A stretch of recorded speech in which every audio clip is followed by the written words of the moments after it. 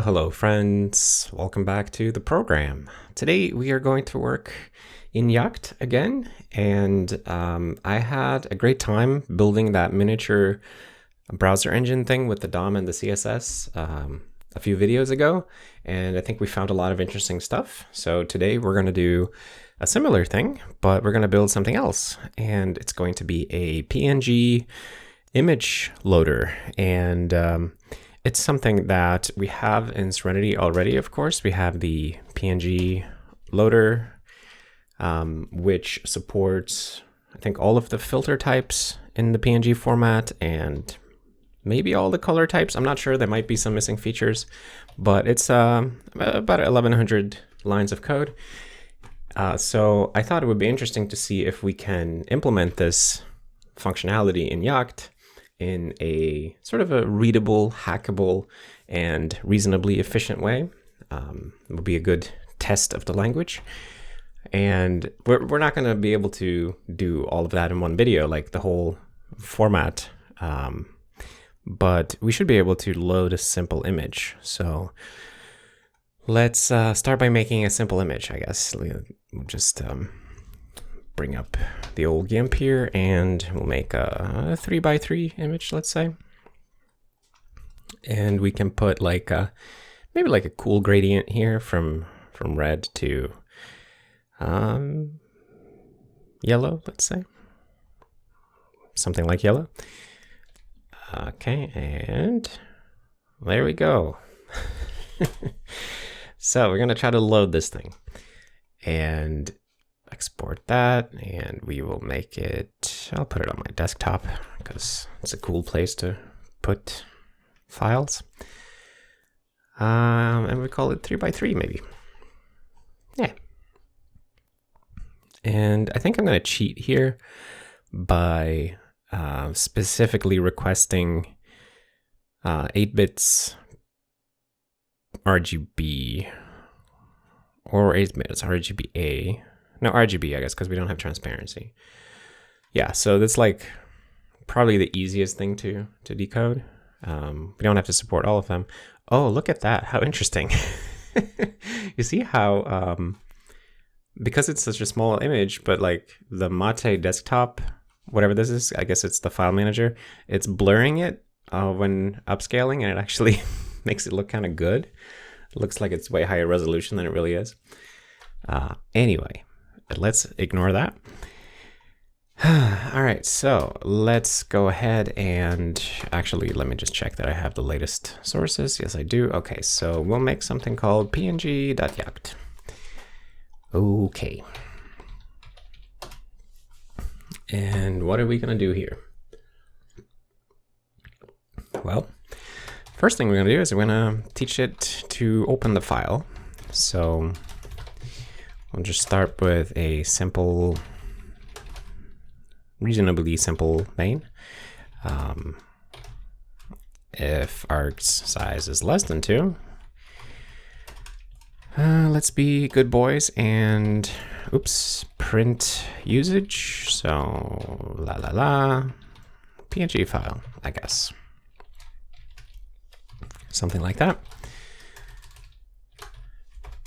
All right, and then let's load the file. So data, I guess encoded data is file open for reading args1 dot read all. I can't do that. Oh, right, yeah, this is a known issue with the language. Read all is a mutating function, and this temporary here becomes immutable. So we have to actually put that into a temporary like this, mutable, and then you can say like encoded data file.readAll. Yeah, you should obviously be allowed to do this. It's just something that the language doesn't let you do currently. Okay.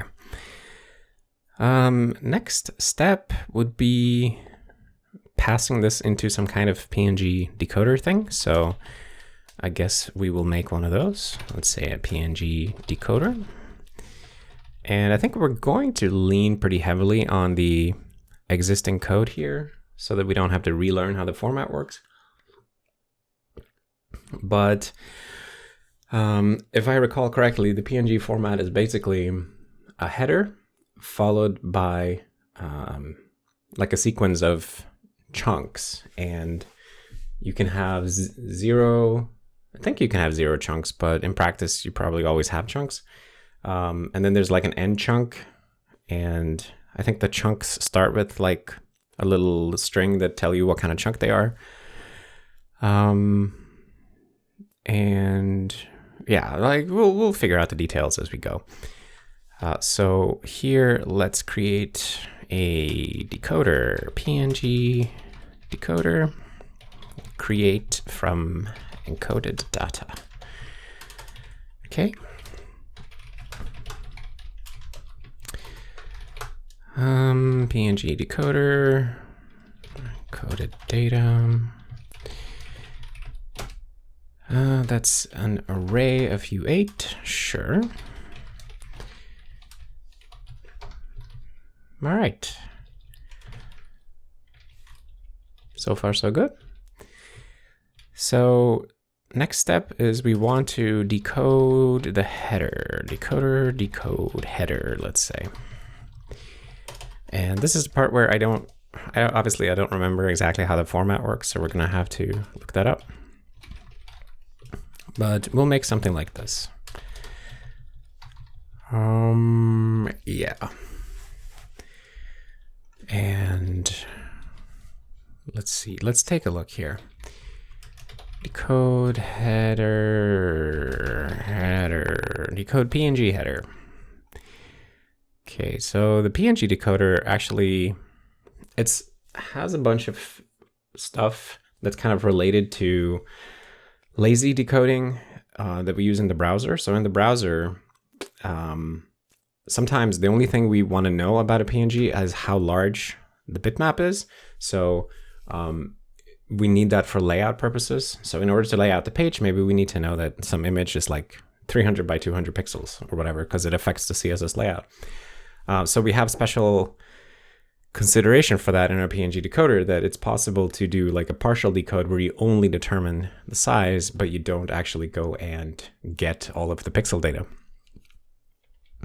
I guess we're not super concerned with that right now, since we're just trying to put this thing together, but maybe it doesn't hurt to implement it in a similar way. I guess we can do something like that. Like we have this state enum here, so we can probably just yoink that with us.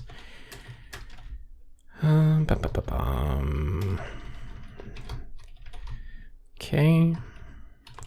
I don't think I can put an enum inside of a struct yet, right? No, it doesn't let us do that. That would be kind of nice to have scoped enums. Maybe. Yeah, sometimes I think that might be nice. But anyway, let's not worry too much about that right now. So first state is not decoded.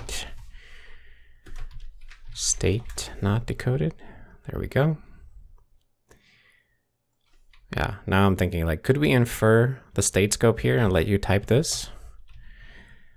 I feel like that might be okay, since I don't think it's ambiguous in this context, because you can't refer to variables in an initializer. Anyway, let's not get worried about that right now. So let's see, decode header. All right, so what did they do here in header?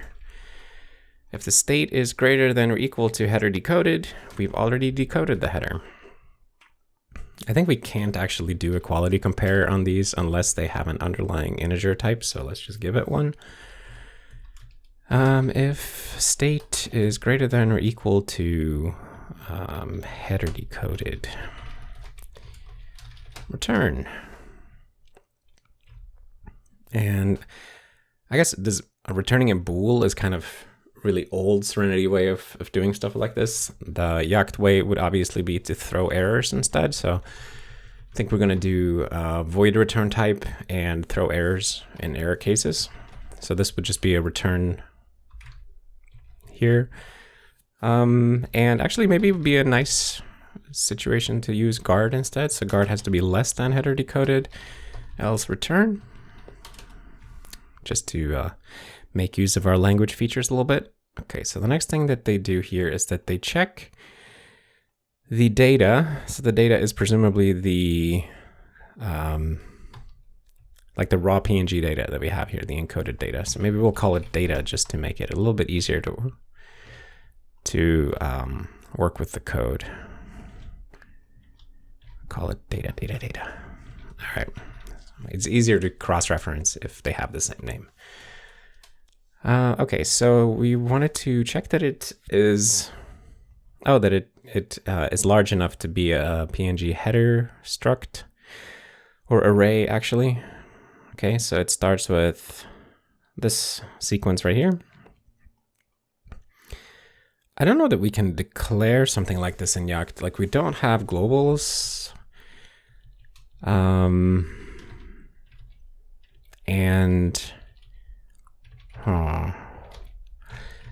Yeah, I'm gonna have to, I'll just make a local for it maybe. So like expected PNG header, something like that. Say it's an array of bytes.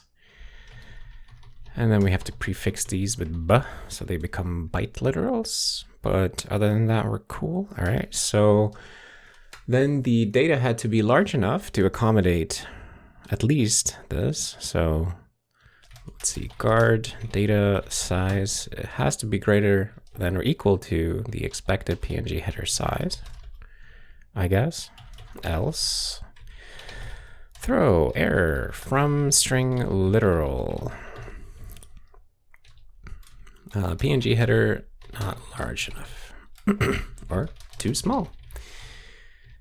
Okay, and then they also have to match. So here we do a memcomp. We don't have memcomp here. I guess, what do we have? Starts with data.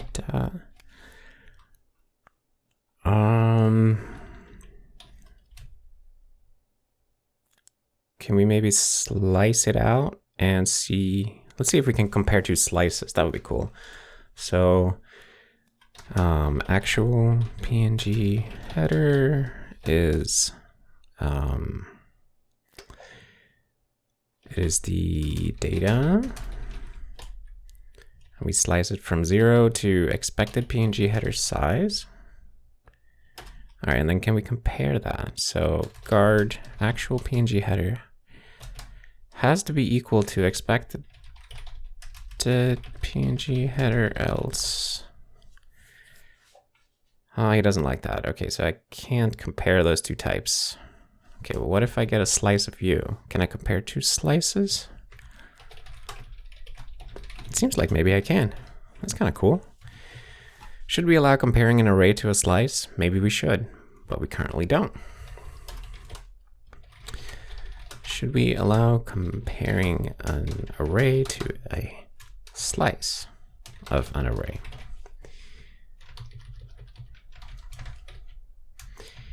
And by that I mean the equality compare. Wow. Alternatively, we could just turn this string, this thing here, into a slice right away. Does that work? Ooh, that's a bit iffy actually. What if I do that?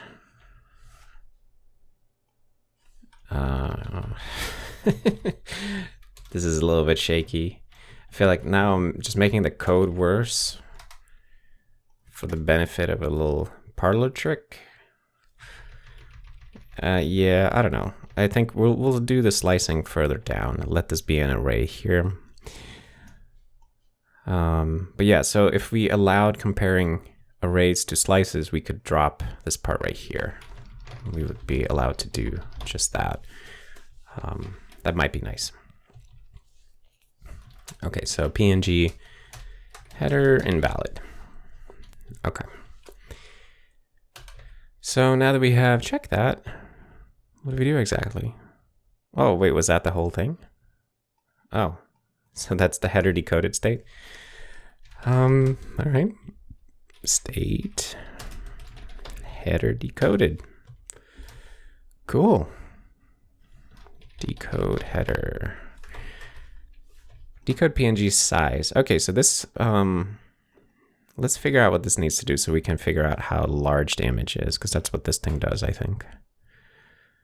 The way the PNG loader is written is a bit weird. It's like we have free functions, but they all take a PNG loading context. So it's kind of like their member functions of that. I don't know why I wrote it this way. I think I was just, it was early days and I didn't have everything figured out yet for for how to write these kind of things. We've learned so much since these times. And it's kind of funny that the code is still around, but yeah, we can definitely do a better job.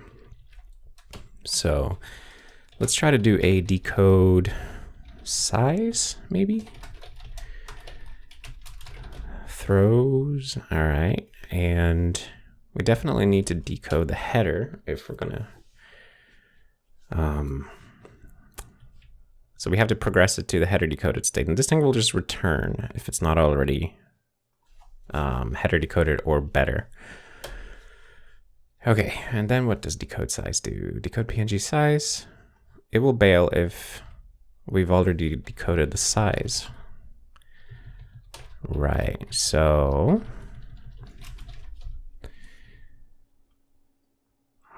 cool.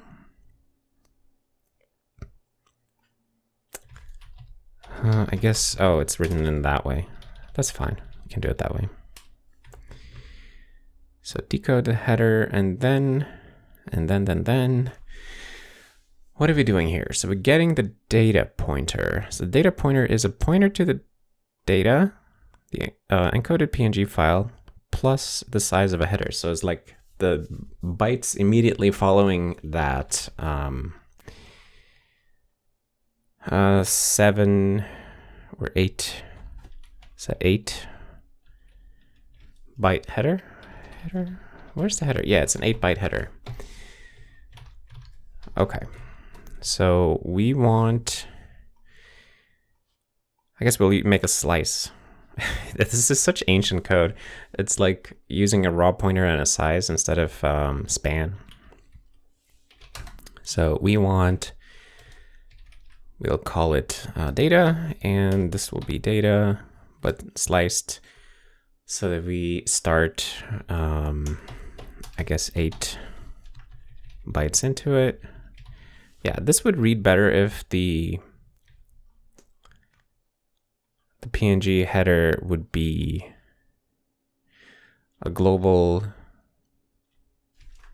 literal somehow. I guess we can do something like this. Expected PNG header, da da da. Yeah, we can do this and then just return. Does that work?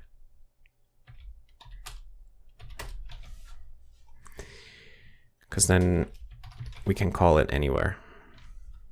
It's not ideal because now we're constructing this repeatedly. It would be better if it were, if it would turn into a compile time literal somehow, but I don't think we can do that right now. Ali, if you're watching this and we can do that right now, please let me know how. But I will just do that. So we slice from the end of the expected header and everything following that. Okay, and then we create a streamer,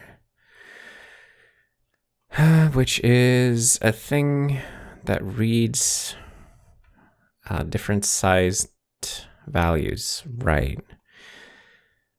Right, so streamer.read.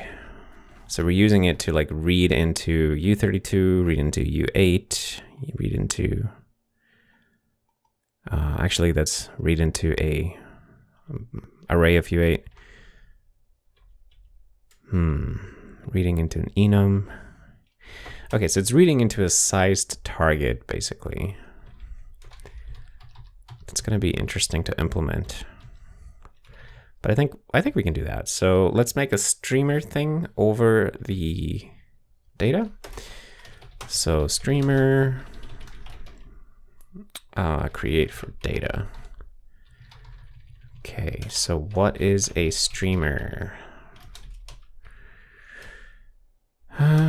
Create streamer data. Data is an array slice. Okay.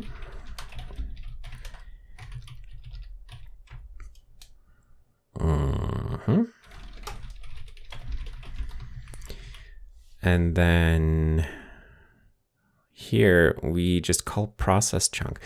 Okay, so let's try to figure out what this actually does. So decode PNG size makes a streamer so we can stream out data from the PNG content.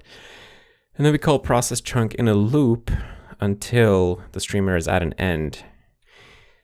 And after each chunk is processed, we check, do we have width and height?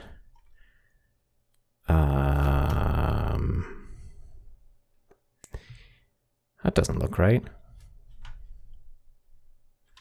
Wait, these are -1.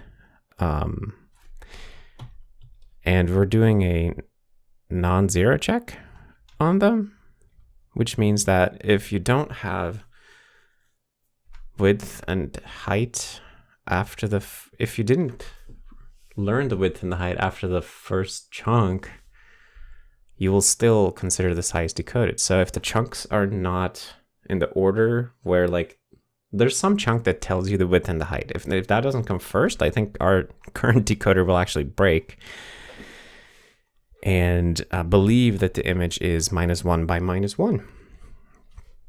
It probably works just now because the chunk that has the size information always comes first.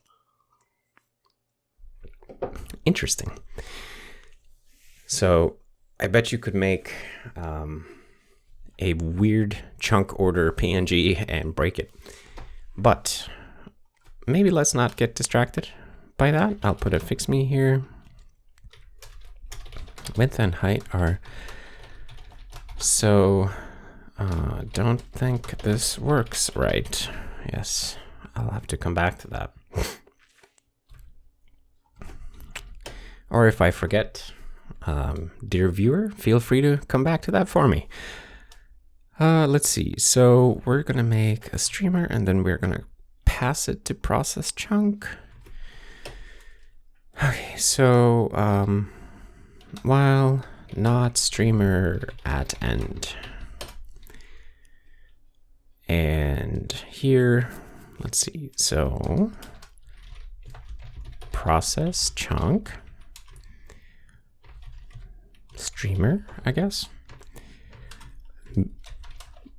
If dot width has value and dot height has value, is that a break or even a return? Otherwise, if we get to the end, that means that we have looked at all the chunks and we couldn't find a size. PNG size not found. Okay. I guess we're gonna have to store width height 32, something like that.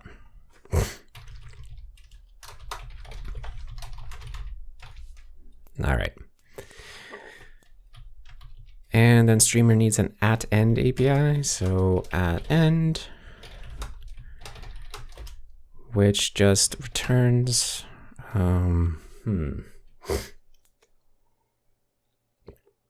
Well, I guess it depends. How do we count the amount of data remaining? Maybe the easiest way to implement this would be not to count the data remaining, but to keep, just keep like shrinking the slice. So while data, if it's empty, then we've shrunk it down to nothing. And then we could do something like To read a variable of type t. I guess this might throw if we run out of bytes, but shoot, how do we do this? So now we need to fetch X amount of bytes, size of t amounts of bytes. So bytes, size of t, sure. Implemented that just the other day. So now we get to use it. And then I want to read that many bytes. Okay, what would be like the simplest, dumbest way to do this? It's not going to be efficient. Or let me see what they do here, actually.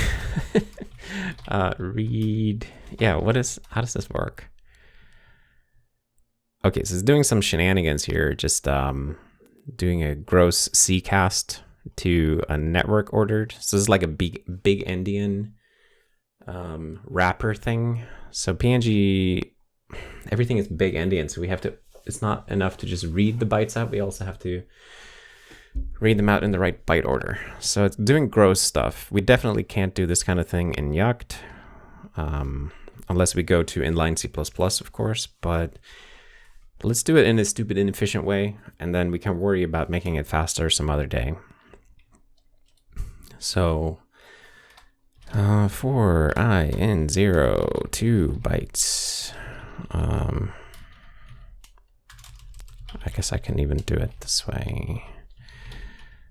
So this is how many bytes I want to read. I want to read this many bytes. Okay, so so I'll start with 0, and then it's big endian. So the first byte that I read has to be shifted left in my value a bunch of times.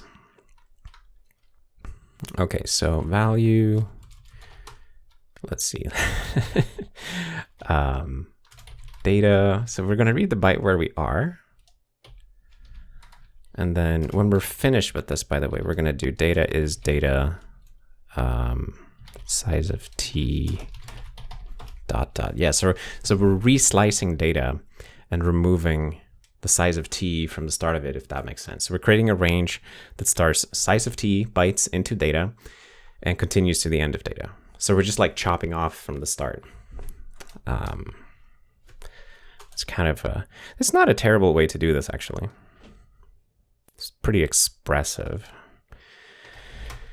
Return value. All right, so here we need to, there's probably a really, really nice way to write this, but I'm gonna have to dumb it out a little bit because the first shift, depending on the size type. So if I'm reading a 32-bit int, U32, I need to shift the first thing I read 24 places to the left. So that's like size of t times 8. Size of t minus 1 times 8. Is that it?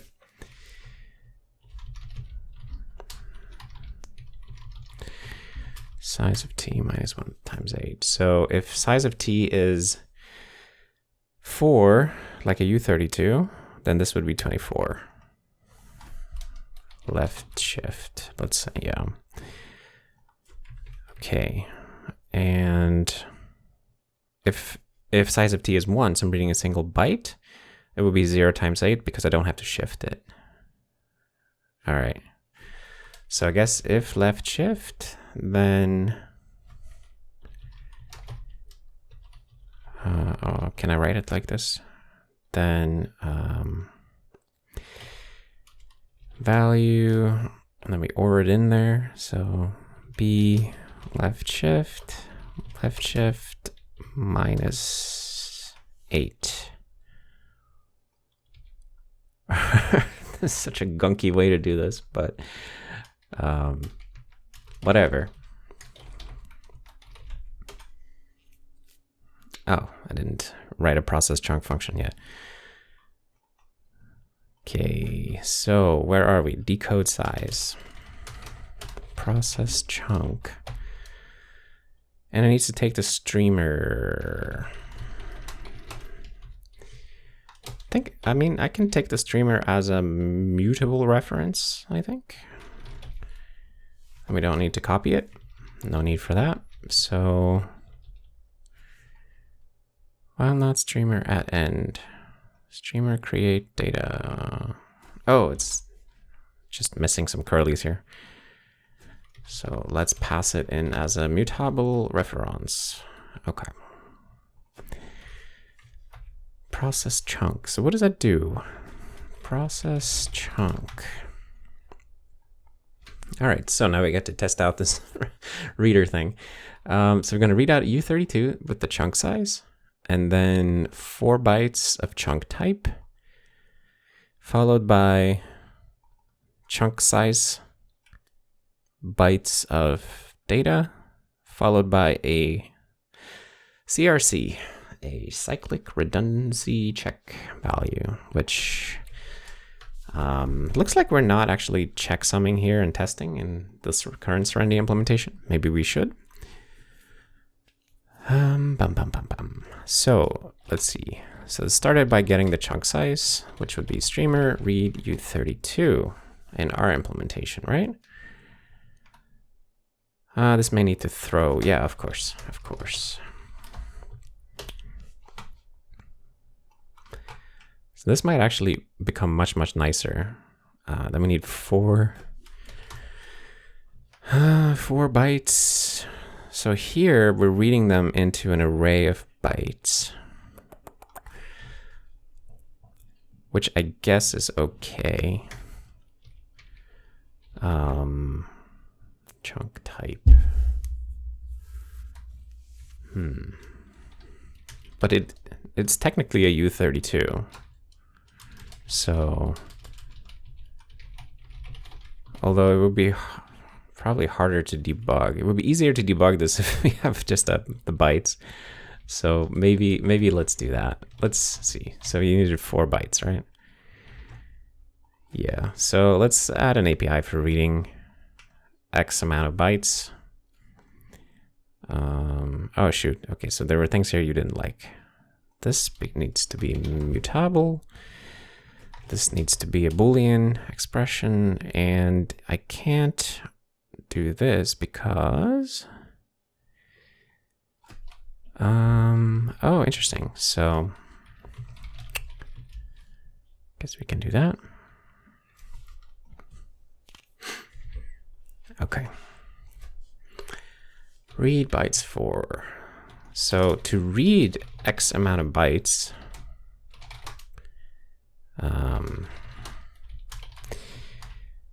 all we need to do is just shift the slice, right? So not T, U8.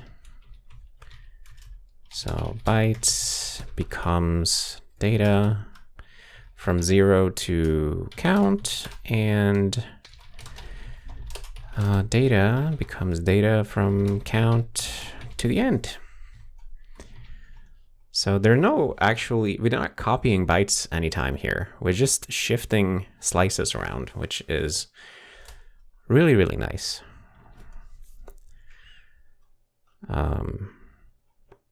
Yeah, I'm curious, like, we're eventually going to find out, like, how does this type of programming pattern perform? Like, is the compiler in the end able to generate efficient code from this? But it does feel quite nice to write code in terms of slices like this. It's like, I don't know, it feels nice, good, sturdy somehow. Okay. Maybe, oh, and then we needed the chunk data, which is chunk size bytes followed by a CRC, right? So let's get all of them. Chunk data, chunk size, and chunk CRC. Another U32, read bytes. Oh, what was wrong with that? Wait, why doesn't that work? Oh, chunk size is a U32. I guess I need to cast it to a U size. Fine. Okay, it doesn't quite compile. We're breaking in the C++ compiler. Because in C++, okay, so we cogen the equality compare between slices, but it seems like slices, we don't have support for comparing slices to each other. Oops. Well, let's see. That's something that we can probably just implement pretty quickly. I think you should be allowed to compare two slices if they are of the same type. So operator array slice const other const if size is not the same as other size, return false. If is empty, return true. Otherwise, I mean, we can do this as a loop like this. Size plus I if at I. Wait, how's at implemented? Storage at.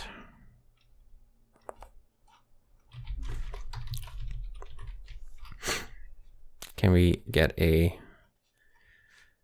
faster pointer to the thing somehow? Just unsafe data, that's kind of what I want. Where's that? This is on dynamic array. Can I get a span maybe? Span. I can get a span for the dynamic array. I want a span for the slice, and then I think I can compare the spans. That would actually be pretty sweet. Oh, span needs unsafe data. So we need to give unsafe data to the slice as well. Oh, these are good APIs to have. Okay. Storage unsafe data plus M offset, because we are a slice, so we have some offset to care about.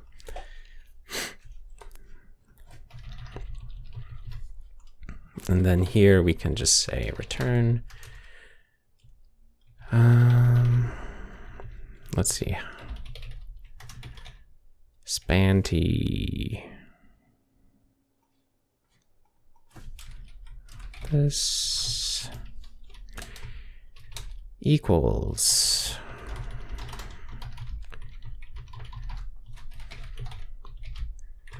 okay. Now I did something else wrong.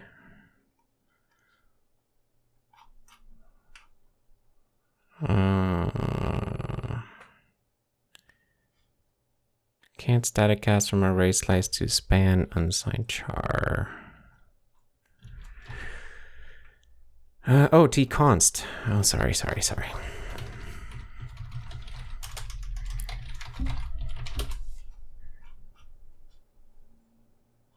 Still not good? Wait, where are we here? Return bytes. I can't return an array slice U8 from something that is expecting error or dynamic array U8. Oh, shoot. So there's a, interesting. So where was this? This was in return bytes, read bytes. Yeah, so bytes here is a slice. The return type is an array of U8, but it's interesting that we don't complain about the bad return type. I actually filed a similar bug about Jakt earlier today, which was not about arrays and slices, but it was about integers. So here, I ran into this earlier today, that you can return -1 from something that returns a U size, which is definitely not good. And maybe we're just not checking. Seems like we're screwing up checking the validity of the return type. In this case, though, we should just make sure that read bytes looks like that. Okay. And then it works. Cool. So I think this is the same bug as the one I showed you on GitHub just now. So I'm not gonna make a separate note of it. Suspect it will be fixed by whatever the same fix will be. Okay, so now it compiles. Desktop 3x3. Okay, so that runs and says nothing. Cool. Oh, and we never actually call decode size, so let's do that and see. It never finishes. Cool. Okay, so while not streamer at end, process chunk mute streamer. And if this becomes empty, okay. So let's print out what we are encountering. Chunk. Size is this, type is this, I guess. We're not going to print out the data because it will be large. Chunk CRC, all right.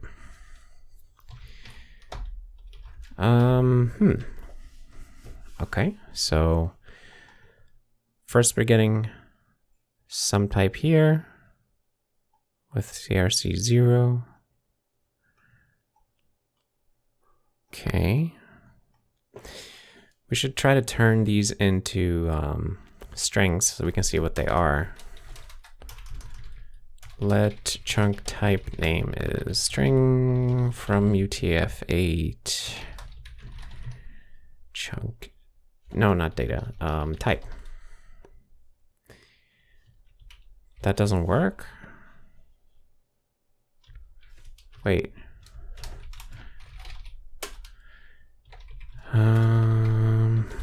From UTF-8. Oh, it expects an array.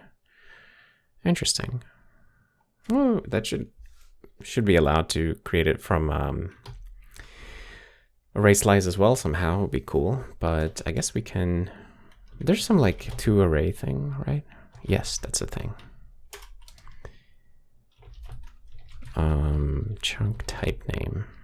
So let's print out the type name here.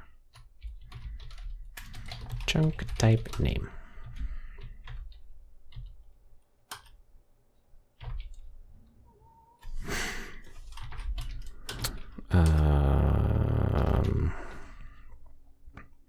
Oh, IHDR. That's definitely the header chunk, I guess. So I know that name. And then this doesn't look right. So maybe we are, am I not reading the right amount of data? Let's see what it said. Chunk size is U32, and then 4 bytes of chunk type, and then all of the chunk size bytes, and then the CRC. Chunk size.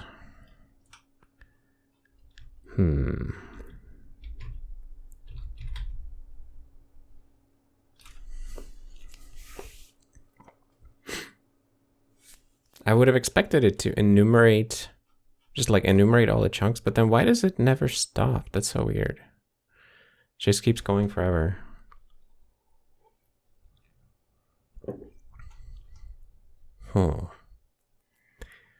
This is a carriage return character, so it actually ends up overwriting the chunk exclamation point.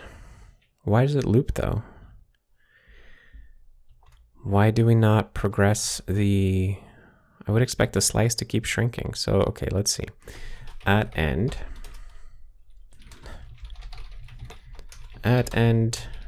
with remaining data size. 92 remaining repeatedly. Okay, so we're trying to process the chunk, which reads stuff out. Why doesn't this?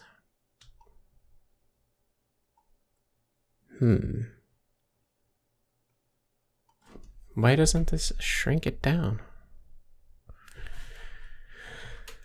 Okay. Data before. I don't know. I'm just gonna do this. See what it says. Before 92, after 88. So it is taking a byte out of it. Okay. Process the chunk. Am I?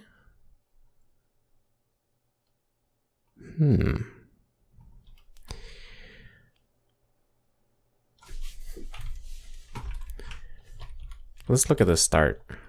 I'm definitely doing something wrong. At end with 88 remaining.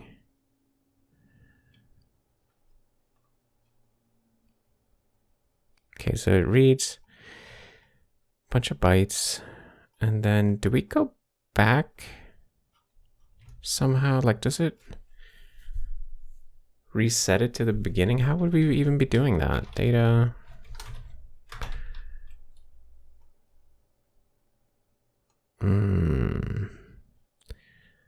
When I read the bytes, I say the bytes start from the current slice to count bytes into it.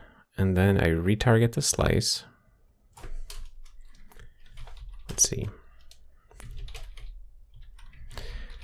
Before is data size. Oops. I got some logic mistake somewhere. I just it's not obvious to me what it is. We're gonna do the classic way of figuring it out. Read bytes. 8 bytes. Count after minus before, or rather before minus after.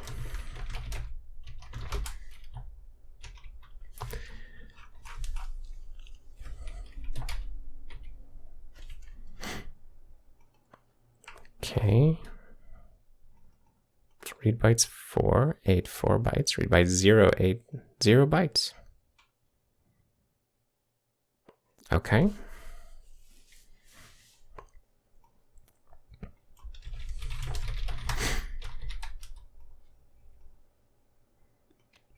So we have a 0 size chunk. Definitely doing something wrong. All right, so maybe we can take a quick look with hex dump.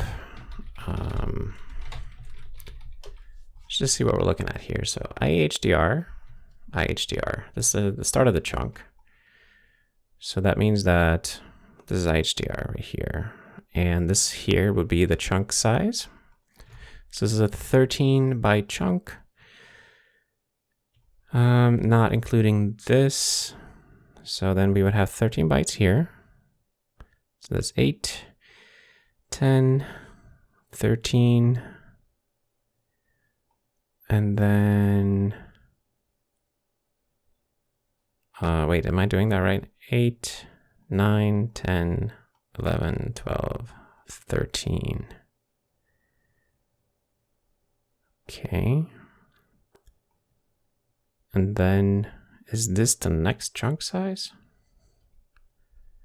No, it's the CRC. My bad. It's the CRC coming right through, of course. And then it's the next chunk size. So 27 bytes hex. All right, followed by the chunk type, IDAT. Well, we were not seeing that. We saw another chunk first. And we also got the wrong CRC for the first one. The CRC was supposed to be, I think, these digits. No, these are IHDR. Right. And then, oh, these are metrics. Look, it's the 3x3. So here's a 32-bit 3 width and height, presumably. And then maybe like bit depth and stuff like that, blah, blah, blah. And then here was the CRC. So D94A22E8. We were not getting that stuff though. Did we actually print out the chunk size? Chunk size 0. That's not even correct.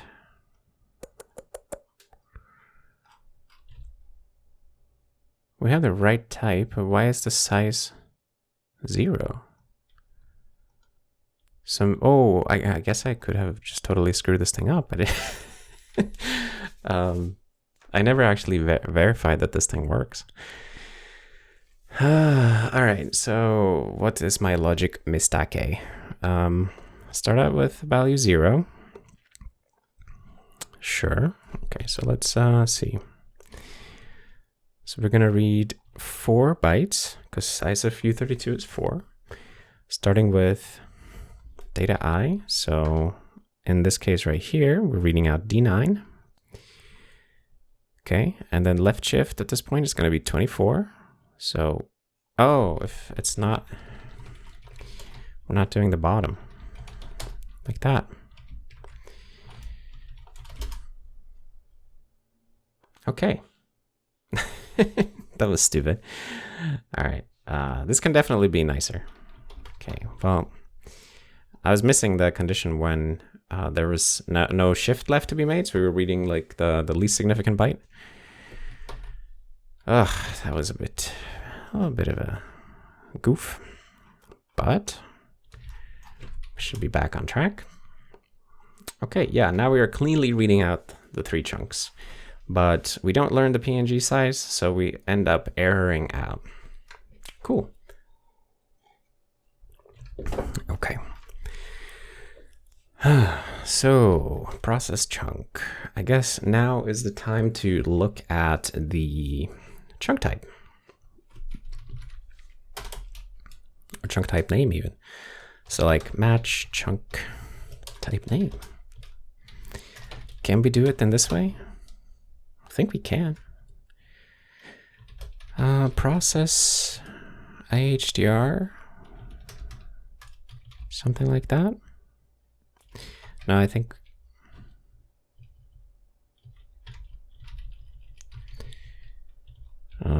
maybe we'll do this, and then if we encounter an unknown chunk type, or no, I'm gonna print out all the chunk types, or all the chunks, but here we'll say fix me support chunk type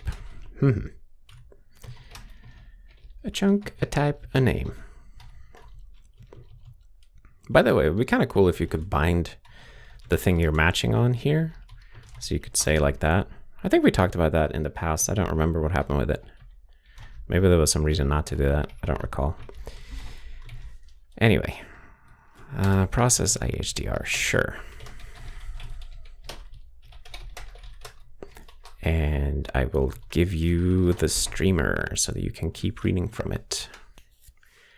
Or, well, actually, do you care to read from my streamer? Because I want to give you the chunk data. That's all you care about, I think.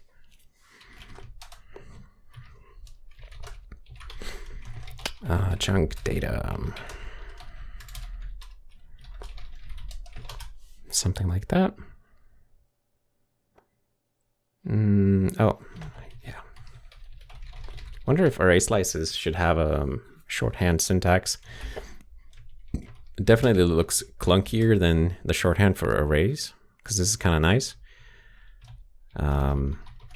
This would be a reference to an array, so it's not the same thing. Currently, we have to type out array slice like that. Okay, so let's try to process this chunk. Process IHDR. Look at this disgusting code here, where we're doing like strcomp on all the chunk types. Ooh, this is so much sweeter to be able to do with a match statement. Process IHDR. So, what does that do? It,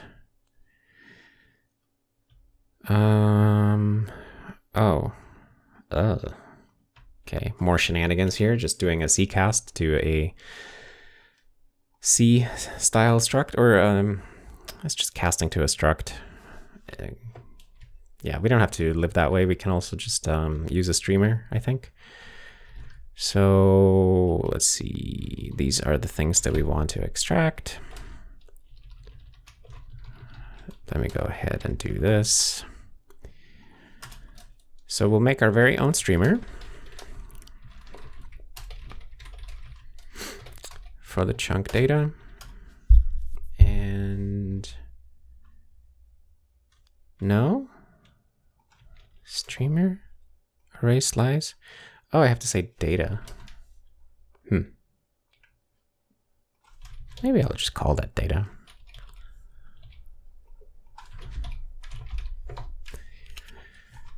Yeah, it's okay. That's okay. Okay, so let width is streamer read U32. Let height be streamer read U32. Oh, this is actually pretty tidy looking.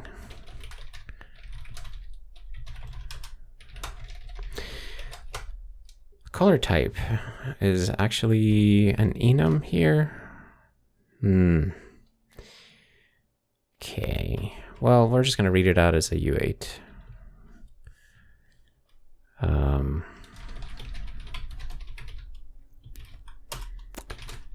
Compression method.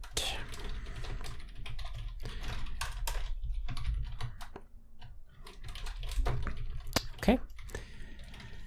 So far, so good. And if we make it all the way down here, so any of these, by the way, could throw an error, right? And then that will just unwind cleanly, and the decoder will basically bail out with an error. Read, where do we bail actually? Wait, what's wrong with this? Oh, I'm trying to read out a U8. This should probably be a T, not U32. Yeah. If we run out of data, why would we bail?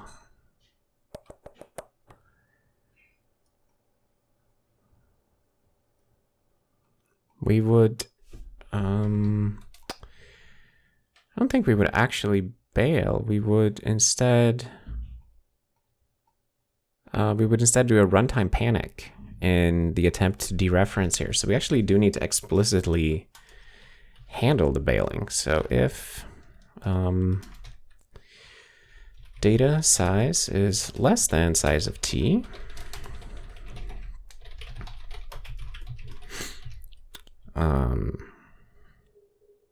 ran out of data in PNG decoder. Nah, something like that.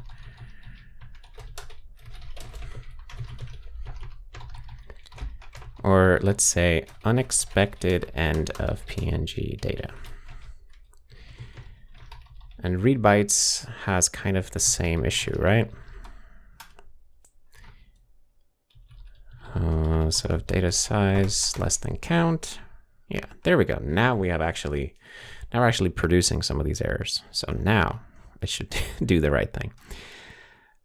Okay, so if we make it here, this means that we have been able to decode the IHDR thing, and we have a width and a height. So we can assign those to our dot width and dot height.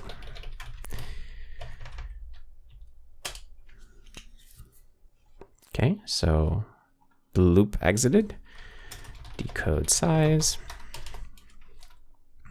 and I guess size. Here would be decoder width and decoder height. Cool. 3 by 3. Look at that. That's pretty cool. All right. Whew. Okay, so what comes next? Next comes... what comes next? Next comes decoding the remaining chunks, I guess. So the bitmap data, we definitely want the bitmap data. So let's say decode bitmap. I don't know. This is obviously isn't necessarily how you would use the API by just calling them in sequence like this, but we're just trying stuff out. So far, I really like this. The templated reader here is pretty gross. This could definitely be better, and it might just be that I'm not imaginative enough. Maybe we do have a better way to do this. Maybe we do need some additional low-level primitives. I haven't really tried to push the language to do this kind of low-level, like, oh, read out a U32 from a stream of bytes type thing before. Anyway, it is something that you frequently do. At least we frequently do in our C++ code, is like we're dealing with byte-packed file formats and just having to slurp different size integers out of a stream of bytes. So it would be good to be good at it. I wonder if there's some radically different approach we could take also. Like you know how we declare this type of struct here?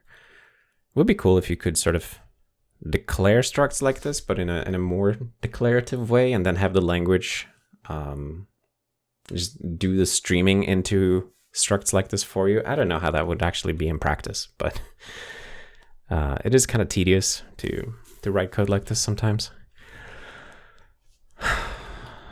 I mean, imagine if you could just say like, iHeader would be like streamer.read PNG iHeader, and this thing, we would have declared this thing somehow. That you might actually be able to do that somehow with a new static reflection code, but that is a yak hole that I'm not going to fall into right now. Okay, so let's try to get the bitmap data and see what we can do with that. Because it would be slick to actually display the image, or to at least see what the colors are. I guess we could display it in the terminal if we use it's like escape sequences for color, but I'm getting ahead of myself. So not process, decode bitmap is what I want to do. And I want to put it after decode size right here. Okay, you can throw decode bitmap, decode PNG bitmap. Okay, so try to get up to decode PNG chunks we do first, whatever that is. Okay, so decode chunks is all about finding the compressed data, I guess. Compressed data, so who sets that? Process IDAT. Okay, so there's an IDAT chunk that contains the compressed data, and then when we process it, we just append it to the compressed data buffer. That actually sounds a little bit inefficient. Like, why do we need to append it to a buffer if we already have the thing in memory anyway? We can do this better in our Jakt version, I think. So let's see. So it was doing something like process, or no, if we're already chunks decoded or better. So guard state has to be less than chunks decoded. Otherwise return, because we're good. Oh, no, shoot. Decode chunks. Decode chunks, okay. And then we need the header for this, decode header. And then let's see, compress data, ensure capacities. We're making a slice of all the data excluding the header once again, and then processing chunks once again. So it's kind of the same chunk processing loop. Right, of course, same as decode size, except in decode size, it's a specialized version of this where we just bail as soon as we acquire width and height. Right, so decode chunks does the same thing as that one.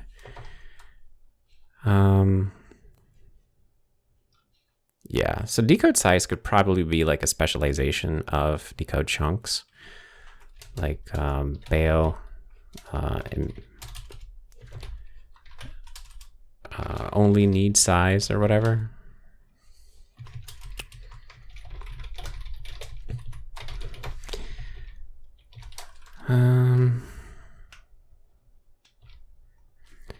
So let's see, if only need image dimensions, something like that. Although it does make it confusing. Also, we should, yeah, okay, I'm not gonna get into refactoring that right now because it gets a little bit confusing with the state variable, which I realized we should also update. Here, state is definitely state size decoded at this point because we have decoded size. Okay. Chunks decoded. Okay. Yeah, so decode chunks plows through the whole thing until it has seen all of them chunks. And decode bitmap, we'll call decode chunks. Let's see how this fares. So interestingly, we end up visiting the IHDR chunk twice. It's probably something that occurs in our current version as well. Could be made more efficient to avoid doing it multiple times if you've already encountered it. But we'll skip over that for now. So IDAT, that's the chunk that has our compressed data. So we got 39 bytes of compressed data to look at. IHDR, so I think we'll just do something like IDAT. And I'm tempted to write these in this way. Process IDAT. Like this. Because it looks kind of neat. Let's see. Mute this. Anon data. Erase Lise. U8. Throws. Okay, so at this point we just want to stash away the data. That's at least what it was doing in the C++ version, right? Process IDAT. Yeah, so it's just appending the compressed data to a context member variable. And I think we can do the same, but we're just going to use a slice, so there will be no copy. Array slice U8. How can you default initialize that? Can it be none? No, it can't. Yeah, I don't know how I would default initialize an array slice. We should have some way to, or I don't know. I don't know if there should be a way to do that. Compress data. I mean, what am I going to do here? Like make an array of U8. How do I do this? Like that. Is that even possible? Array initialization inside non-throwing scope. That's so goofy.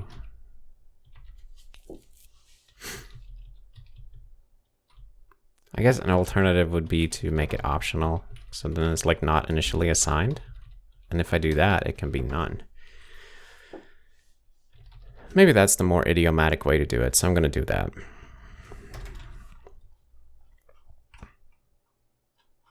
Yeah, that whole story deserves some more consideration, I think. It's a little bit unergonomic. All right, so IDAT, compressed data equals data. Then what were we doing with that when we were decoding the bitmap? Decode PNG bitmap. All right, so we get the chunks, and then if we are bitmap decoder, better we bail. Sure. So same old patterns.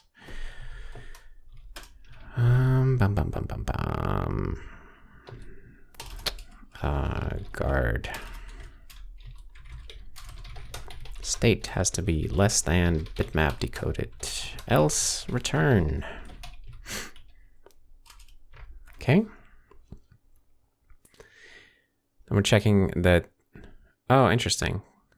So remember how earlier we were just using width and context height? So these should be checking it against -1, right?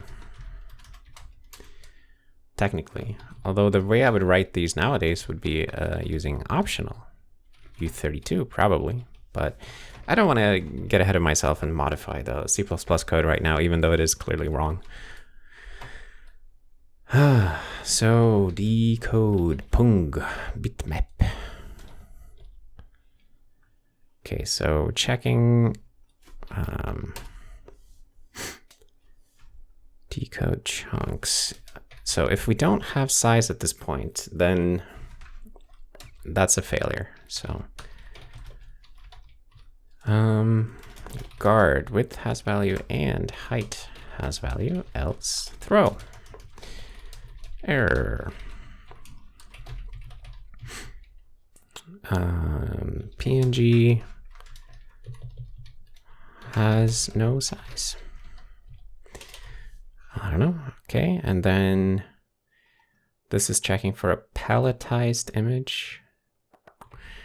PLTE chunk. We don't have a palette here because I used 30 or I used some like 8 BPC RGB format, so it's gonna be, there's no palette. So yeah, we should fix me check for PLTE chunk here if needed. Required by the color format. Okay. Ooh, and then we have to Zlib decompress the compressed data. And I'm not about to write a Zlib decompressor. And I'm also not about to figure out how to link with the Zlib decompressor that we have in C++. Instead, I'm gonna be a little bit lazy and use actual Zlib. I don't remember how to use it, but we'll figure it out. So what do you do? Compressing a file. No, I want decompressing a file. Decompress. All right, so you see source, destination, sure. Okay, so you have a Z stream and an in chunk and an out chunk. Okay. And then you null out the struct, call inflate init, check for failure. And then you have a loop. Okay, so you set something in the stream struct thing. Avail in, okay, so that's like available input. Inflate end on failure.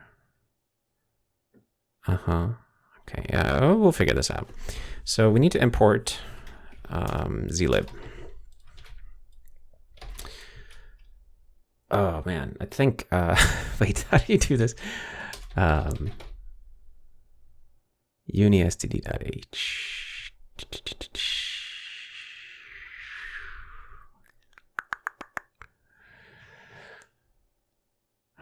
Right, import extern c unistd.h. I want to do something like that. zlib.h. And I needed the inflate init thing. Let's look at inflate init. Inflate init sounds like something vaguely British. inflate init. What am I supposed to call here? Inflate init on the stream p. Okay. I just need to make the stream p. Okay, so it's extern fun. Inflate init takes a stream, which is, let's say, a non-stream is a, or let's make it nice actually. It's a raw Z stream.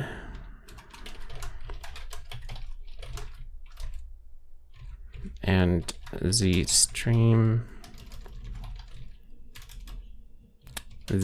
S. Is this the one? Yes, it is. Okay, so it has a bunch of gunk. Okay. I was just messing with something similar for libc yesterday, but I think I know how to do this. So this is essentially like a raw pointer to a Z stream. And this returns a C int. And then we also had inflate end on error. Same signature. Cool.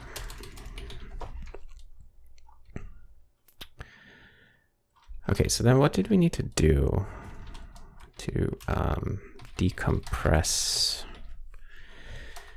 Decompress inf. Okay. This documentation is pretty old school. All right, so we put one of these structs here, and then we null it out, and then call inflate init. Okay. So I just need to make one of them. Let's see, decode bitmap. Let's see. Uncompressed data is going to be, let's make a helper. Zlib decompress compressed data. All right. And we can put this pretty early up here, maybe Zlib or this doesn't even need to be in the class. What am I thinking? It can be right here. Okay, so this needs an input, which is going to be input array slice wait, and it will possibly throw if we are unable to decode or decompress the stream. Otherwise, it will return an array, an owned array of the decompressed stream. Okay, so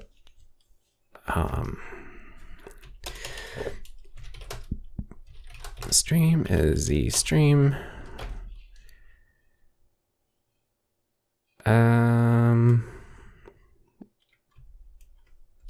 Wait. Oh, Ali told me how to do this just yesterday. We did something like this. Yeah, right.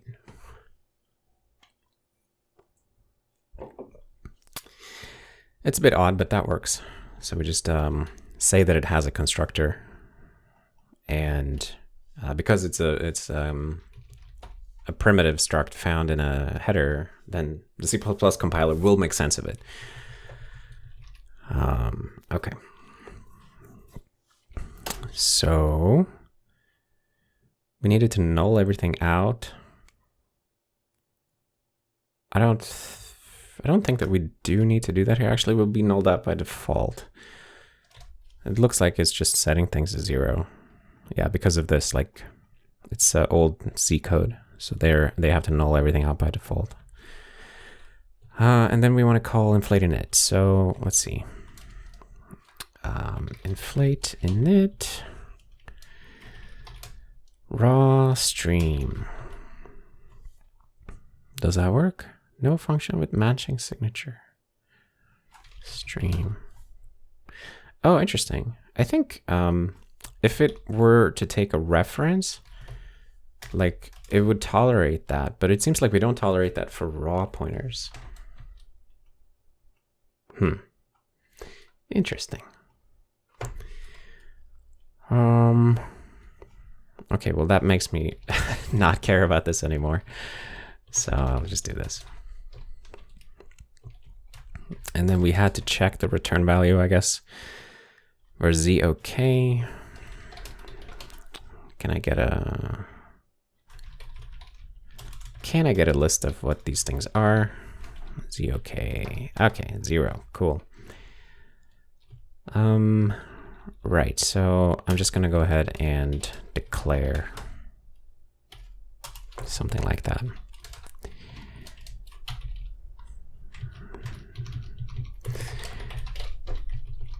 Yeah, because there is no way to import macros or globals from a header right now, so I can't tell Jakt about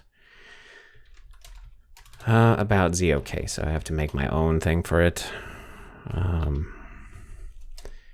Okay, so ZOK. If it's not ZOK, throw error from string literal and Zlib initialization fail. Yeah, whatever. Is it Zlib with a capital Z? No, it's not. Okay. And I think it looked to me like inflate end is like the error branch here, the error branch here. So it's actually kind of a nice use case for our defer keyword. So inflate end raw stream. Cool. And then what else?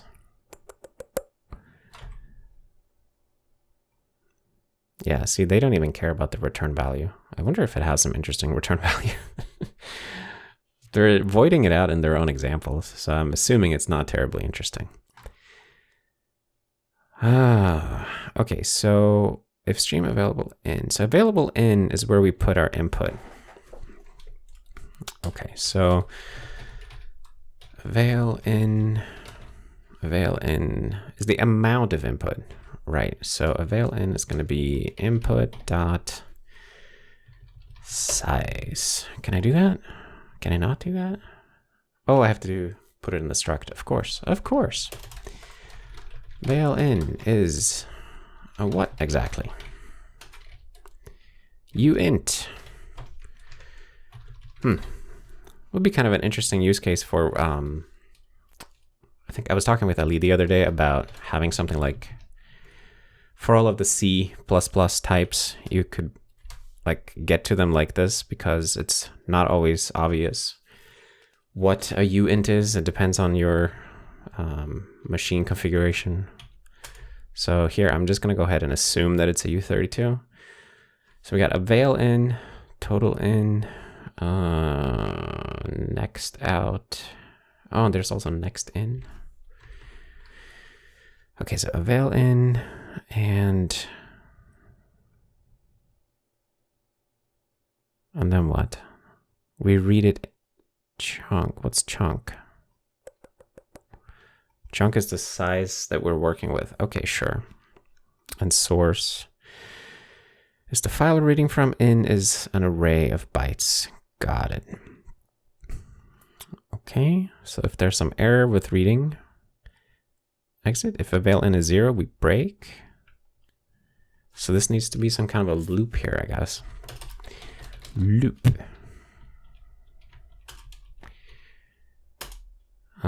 Input. So I guess we can even. I was going to say we can use an input slice.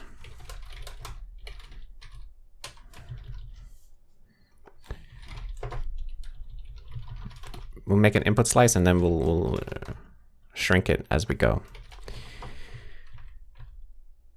And this is the wrong type. Input slice. Oh wait, what am I even doing? I'm trying to make a slice. There we go. If it's greater than 4 gigs, then we'll hit problems here, but let's not worry about that at this very moment. So let's see.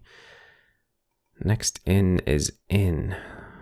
Okay, so we have to select the next in pointer.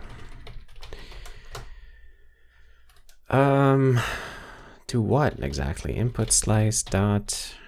Oh, what was next in? Next in is a zconst bytef.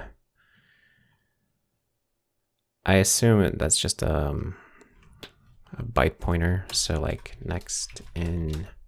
These don't have to be in the right order, by the way. It doesn't matter for extern structs. So that's a raw U8. Okay, so input slice. We don't have a way to get to the data. Oh, I would have to add it to the prelude. I'm too lazy for that right now. I'm just gonna do this with unsafe CPP. So we're using some inline C++ here just to get the underlying data of the input. So next in is gonna be input slice dot unsafe data, because that's not exposed in the array slice API. Zlib decompress a non-input. Wait, what? Oh, it's an array slice. Oh, got it. I remember I made the compressed data optional, so we have to actually unwrap it here. That's okay. We should also check for that, by the way. Else throw error from string literal PNG compressed data missing. Okay. Oh, now we're missing inflate init, so we have to actually link with it. Can I just do that? Oh, that's so cool. Okay. So now what? Did I just get stuck in a loop there? I guess I made a loop in Zlib decompress, right? Yes. Okay, so we're here. Next in is that thing. Okay. And then what do I need to do to actually inflate it? Call inflate. I have to set here avail out next out. So that's like the output buffer basically. So let's make an output buffer. Call it buffer. We can just make a zeroed buffer with, I don't know, 4K something. Maybe we should make it a little bit bigger. Something. But yeah, so here we'll say stream. And we had to update avail out and next out. So out, next out. And this is going to be the buffer size. And then we are going to next out. It's the same problem again. Or, well, this is an array actually. So do I have unsafe data? No, I don't think that's actually exposed in the prelude for arrays either. So we will just do another one of these things for now. But having some way to get an unsafe pointer to the underlying data would be useful for interacting with C, with like external libraries and stuff. Yeah, so it would be totally sweet if we had that. Of course, those functions should be marked unsafe so that you can only use them in an unsafe context. I think that would make sense. Or, well, are they technically unsafe? They're just giving you a raw pointer. So if you're not dereferencing a raw pointer, it's not unsafe to just hold on to it. It's dereferencing it that's unsafe. But I am getting ahead of myself again. So let's see. So next out is buffer unsafe data. Does this compile? Okay, it compiles. And if we do that, can we call inflate now?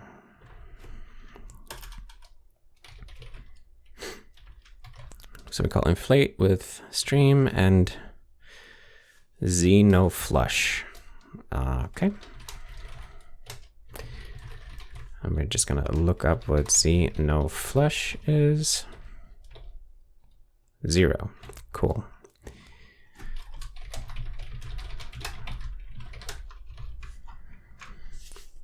Okay, and then inflate.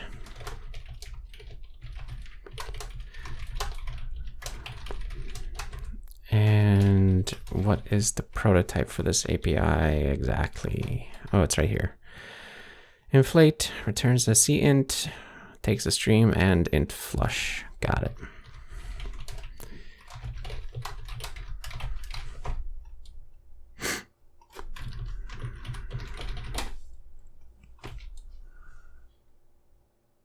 Dereference of a non-pointer type. Oops. Okay, and we switch on the return value. So we fail in a bunch of cases. So we should assert that it's not stream error. Okay, I guess we can save the return code, and if RC is the stream error, I don't know if I need all these things, but we'll see. We'll see. We'll look for the happy path first. So, inflate can return blah blah blah blah blah. But what does it normally return? Maybe it just returns ZOK. So if RC is not ZOK, inflate returned panic. All right, we'll do this, and then we'll abort here, and then if we discover that we have to deal with some other value, then we'll get back to this. This is unreachable, right? Yeah, because we never exit the loop. It's cool that the compiler can tell us that. Okay, and then what? So the example here was like reading one file and writing out to another, right? Yeah, source destination. So after inflate, assuming no error, then have is chunk minus available out. So it's like how many bytes we have read, I guess. And then we write out that many bytes to the output stream. Okay. While available out is 0. And then we're waiting until we hit z stream end. Okay. So if RC is z stream end, and RC is not z stream end,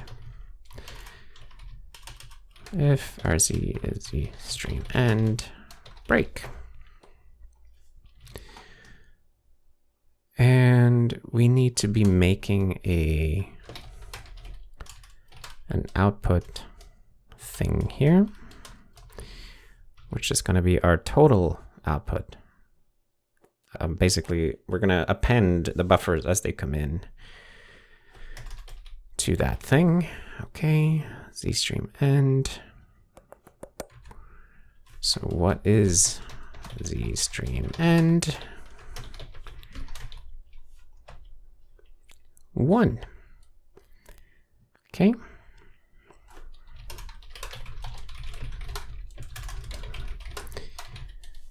Cool.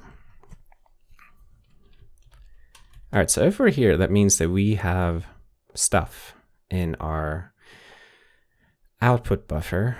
And what did they say? Have is something. So like have is chunk minus stream avail out. Okay, so that's like the size of the buffer minus the available out. So how much? Okay, so it tells us how much room is still left in the buffer. So we just subtract that from the size of the buffer, which is buffer size minus stream dot avail out. And I can't do that because I have to convert this guy up. Okay, that's fine. Bytes decompressed, let's say. I mean, have is maybe fine. Or no, I don't like that. Bytes decompressed. And then we want to take that many bytes from the buffer and append them to the output. So output dot push values. Takes another array. Oh, shoot. Okay, so it would be cool if array had a an API for like a push values overload, I guess, for pushing a slice onto it. Yeah, there's like a lot of convenient stuff missing around slices, I feel like. They could just be like slightly nicer to work with.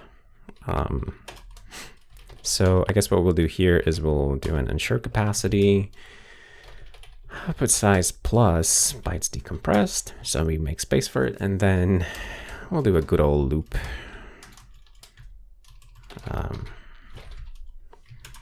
This is pretty gross, but whatever. Whatever. If we can get this thing working, then I don't care right now. Okay.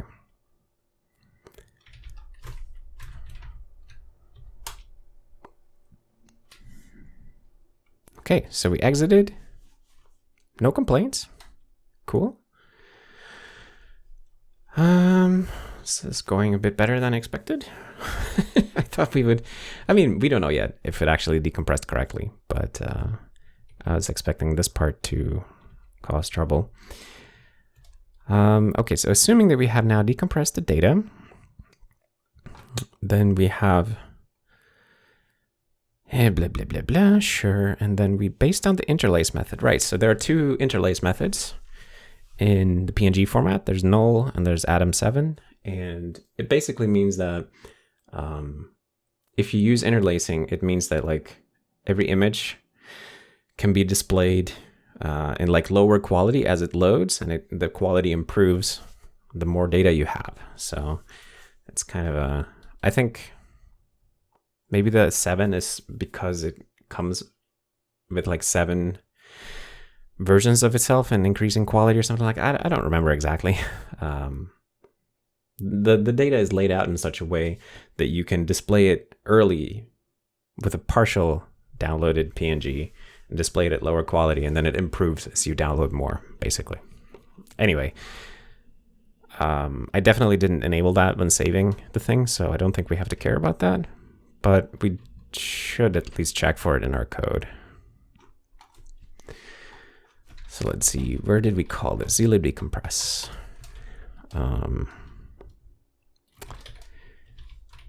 Interlace method. Yeah, I didn't save that anywhere, so let's save that.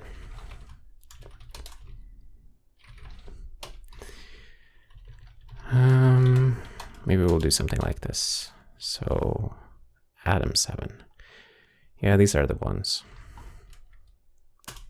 So if it's like 0, then it's interlace method null. 1, Atom7, else throw. Invalid PNG interlace method. And then we will have to actually declare this interlace method thing.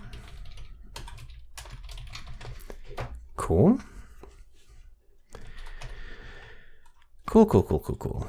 And we will store it in our PNG decoder, right? Something like that. All right. So it would be loaded when we're loading the header, so I don't think we need extra checks for it. Match interlace method. Bang. Null. So what did we actually do with those? Depending on that. Okay, so decode simple or decode atom 7.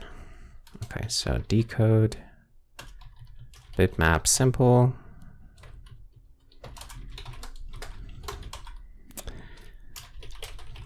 Fix me, implement atom 7 interlaced PNG support. Abort. Okay. Arguably, we should throw on unimplemented functionality, I guess.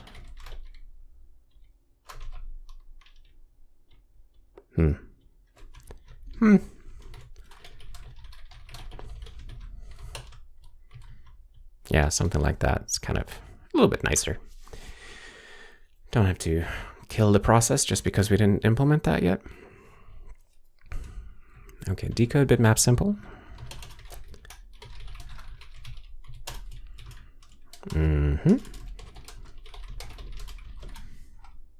Okay, so what does that do?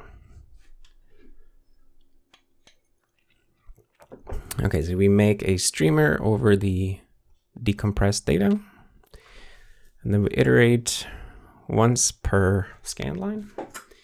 Just gonna pour myself a little more tea here. All right, so we iterate over the scan lines. For y in 0 to height. Okay, and then let filter be, oh, I need a streamer. Mute streamer, streamer create. Streamer over the decompressed data. So I need the uncompressed data. Decompressed data. Let's call it. And I can just give it a slice, right?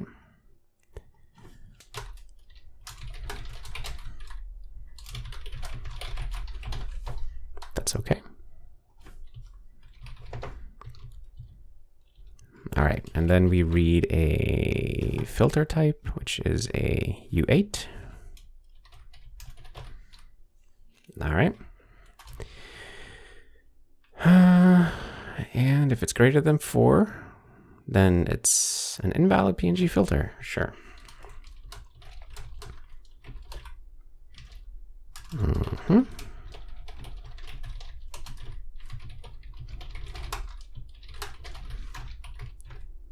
All right. And then scanlines dot append. So that's a scan line. Okay, so for every scan line, we remember what kind of filter is used on this scan line, and then just a slice of the data, the decompressed data for that scan line.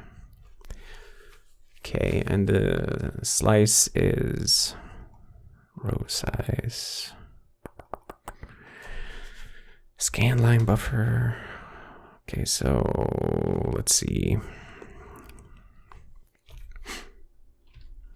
Let's declare that scanline thing. And the filter type, I guess. So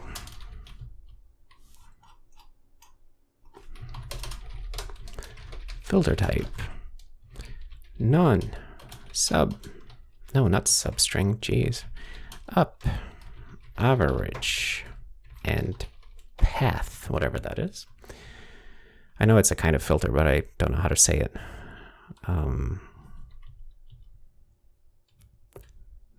guess we need to map that somehow. But then we also needed scanline.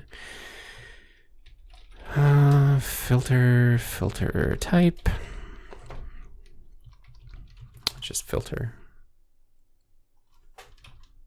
Well, yeah, filter type. And then the slice for the data. So data array slice U8. And what were they doing? They were adding that to something. Context.scanlines.append. Okay, so they're just building up a list of these scanlines. Maybe we can just put them here for now. So like,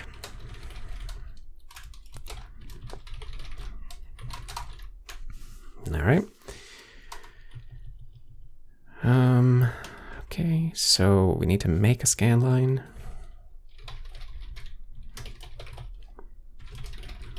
And it needs to have the filter. Oh, we need the filter type. So this is like the raw filter.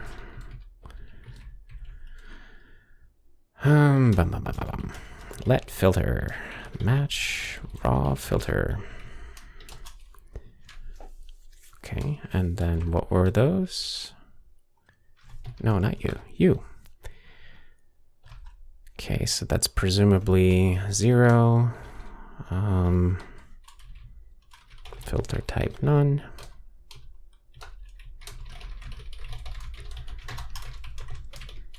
Up, average, and path. And then we can actually move our throw down here. It's kind of neat. Okay.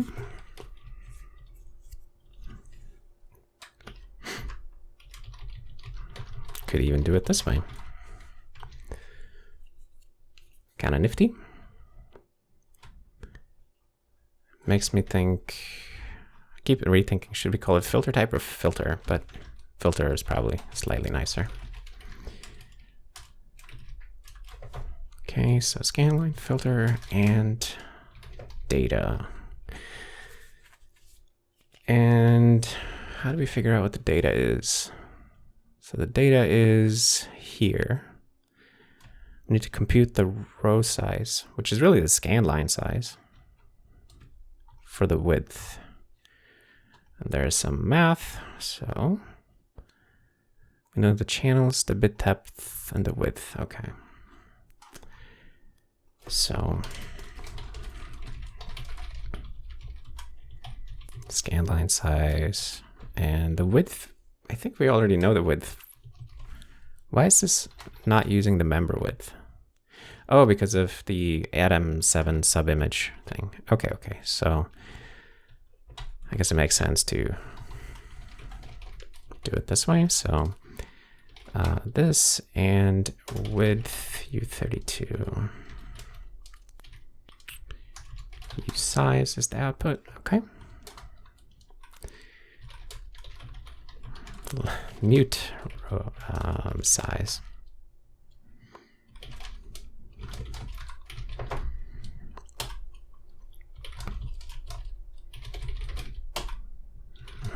So these are things that we need to save from somewhere. I think they're both in the IHDR chunk. Okay, so we're just going to copy the math here.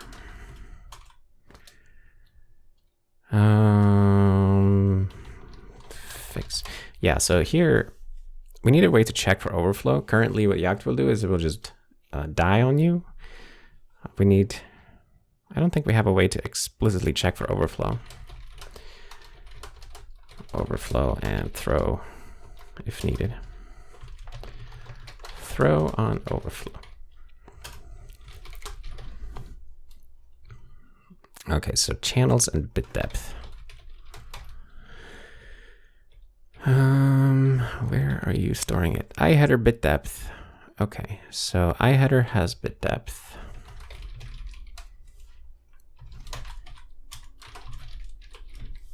Okay, so we had that here already, so we just need to store it.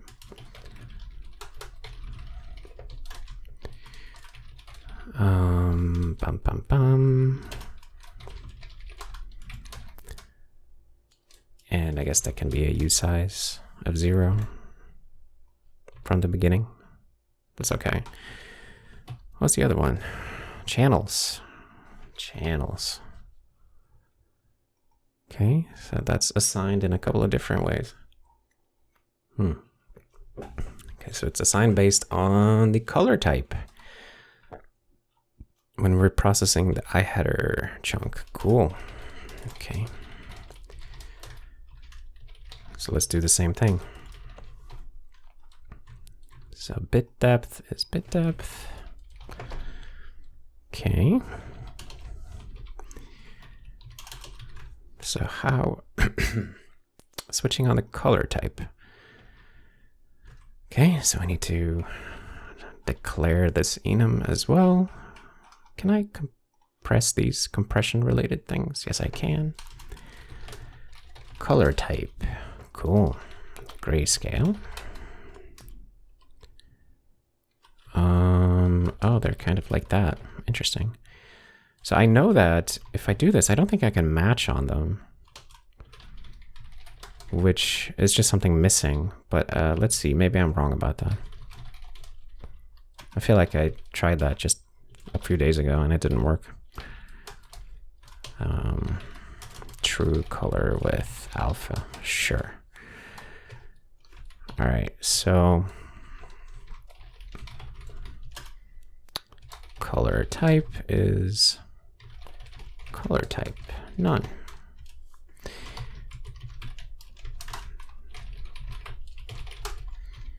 Okay. So how did we figure that out? Color type, IHDR color type. Okay, so we're just extracting it from that thing. Cool. So, oh wait, does that mean that we can do color type is color? No, I'm gonna match on it actually. Color type. I'm just gonna do it this way.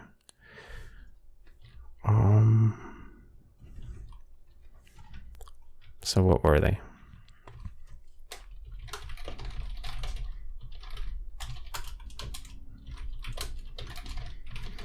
True color.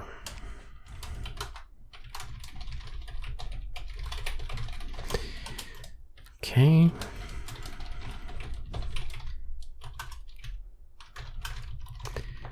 And true color. Else. Okay, invalid color type, PNG color type.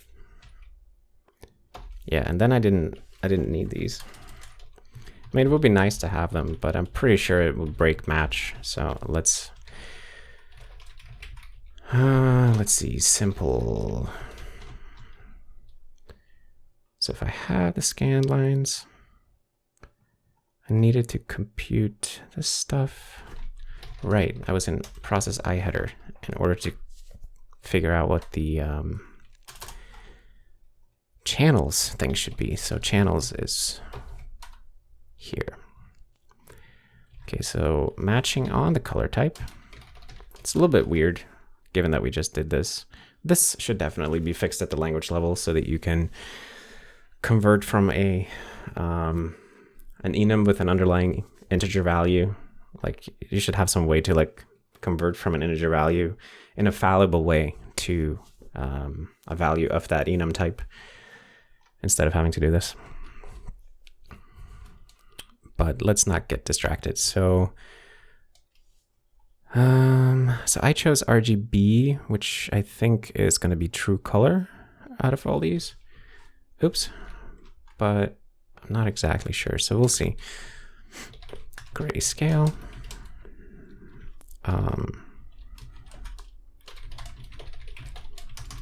From string literal. Yeah, we'll do this. Fix me. And grayscale.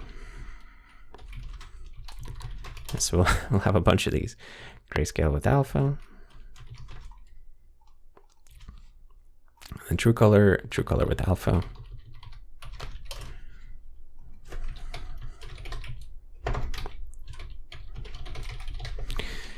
And also indexed color. Actually, let me just do this.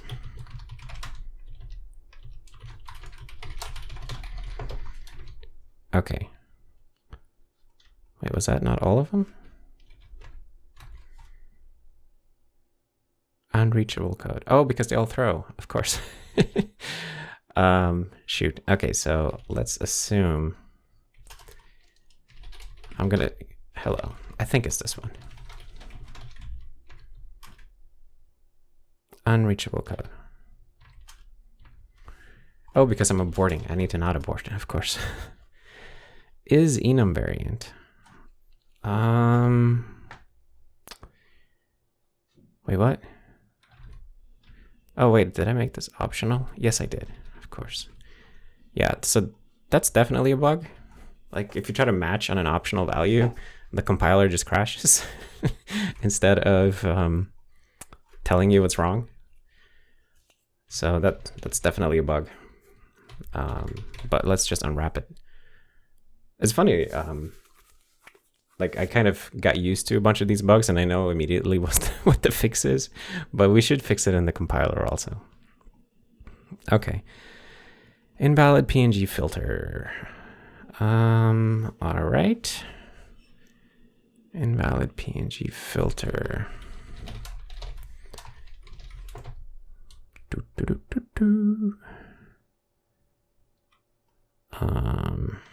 Wait, how do I know what the number is? I guess it doesn't matter if it's not one of the good ones. Oh, wait, but I'm just reading the first byte over and over here. So of course I'm going to get invalid filters. I need to actually consume the rest of the line. So scanline size is compute scanline size for width, dot width. Does that work?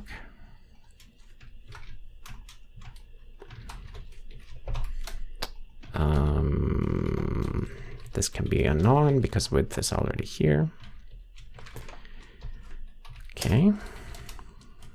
And then we want to send him data. Streamer read bytes scanline size. Okay.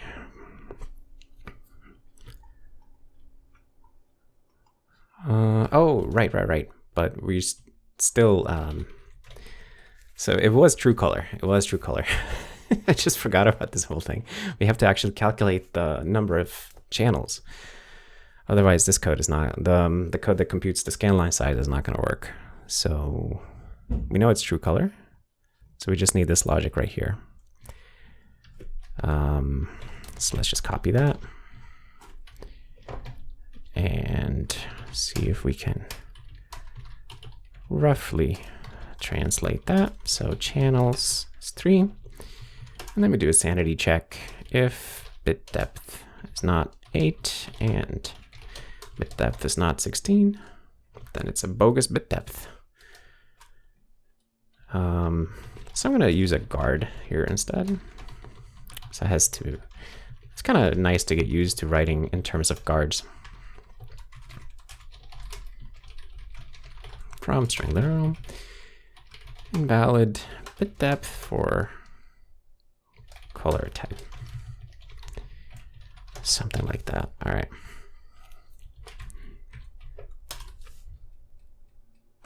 Okay, no errors, which means presumably we are consuming the right amount of data for the scanline. Oh, all right. Appends, okay. And then what? So after we have created all the scanlines, then we create a bitmap, sure, and then we call unfilter. All right, starting to get pretty tired, but it feels like we're close to seeing color values. So let's push a tiny bit more.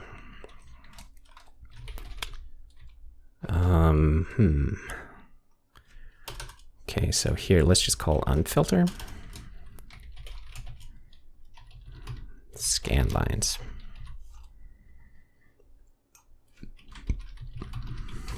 We can even do it this way.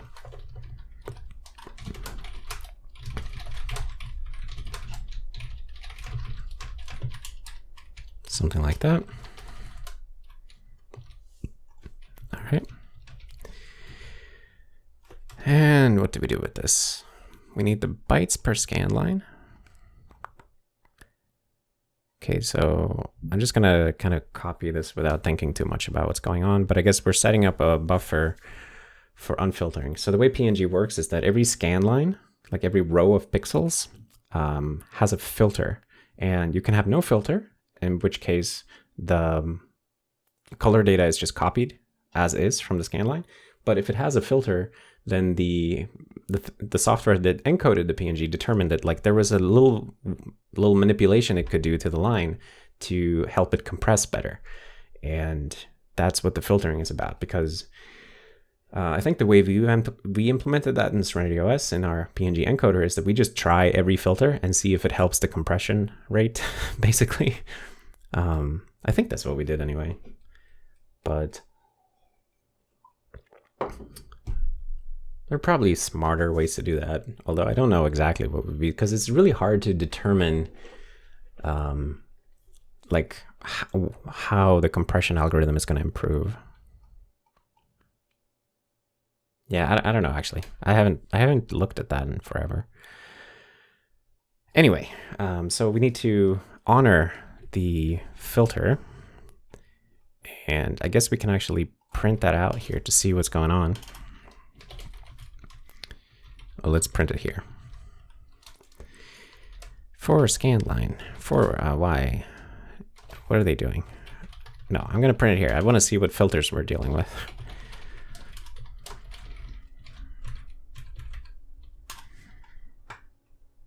Okay, so we have sub and path.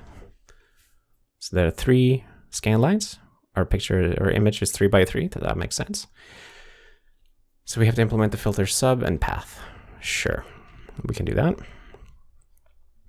So let's just do what this guy was doing right here. So bytes per scan line is scan line 0 data size.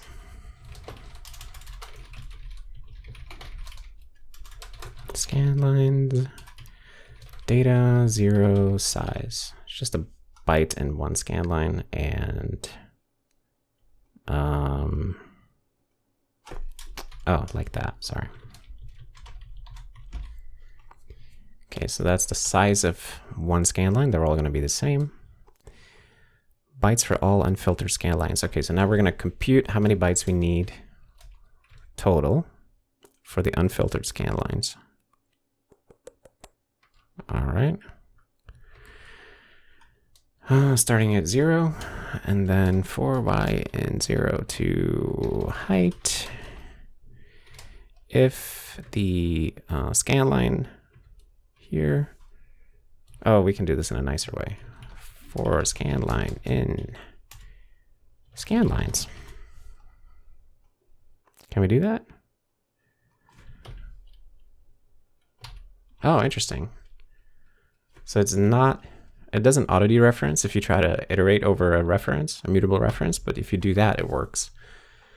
Although it gives you a copy of the value, which is not ideal. It would be cool if you could iterate over references, but let's not get distracted with that right now.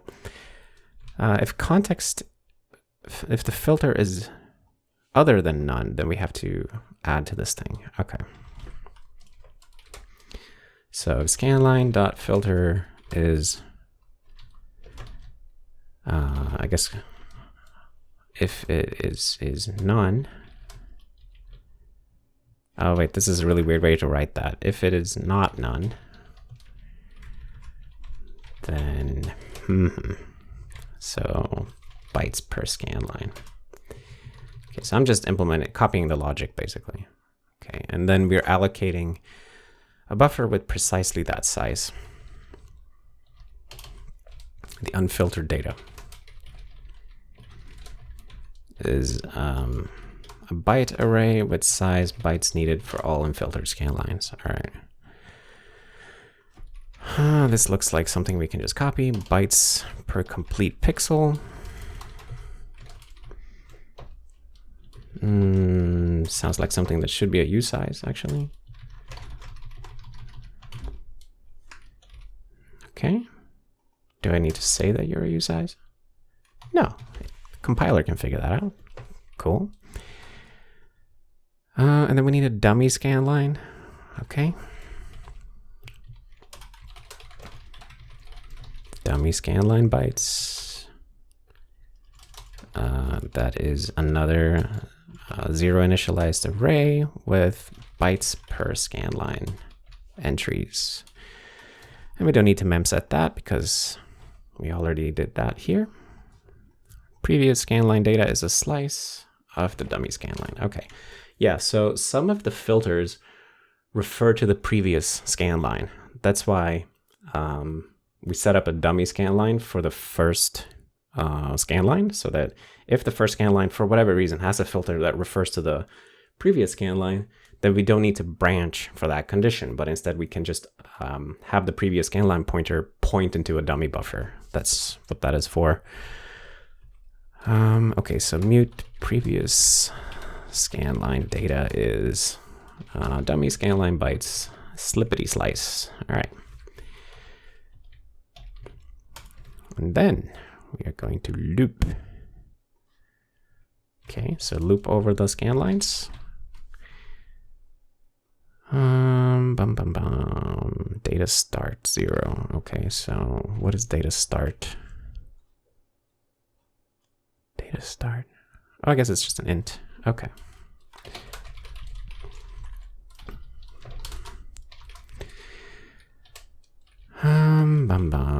What were they doing here? Height. Oh, interesting. So I was just thinking we could use a scanline like this.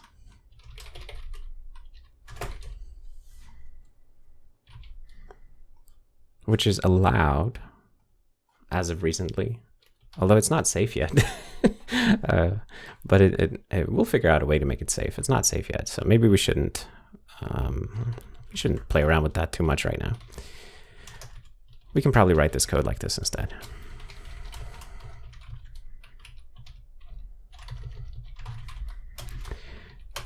You can write it like this. Okay, so filter is not none.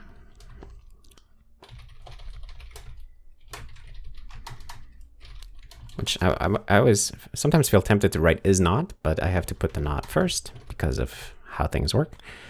So here we have to unfilter the line because it hasn't been filtered. If it's none, no filter necessary, we can just update the previous scanline data pointer or the slice. Previous scanline data is scanline data. All right, and here we need to filter. So what is it doing? Scanline data slice is unfiltered data bytes slice. Okay.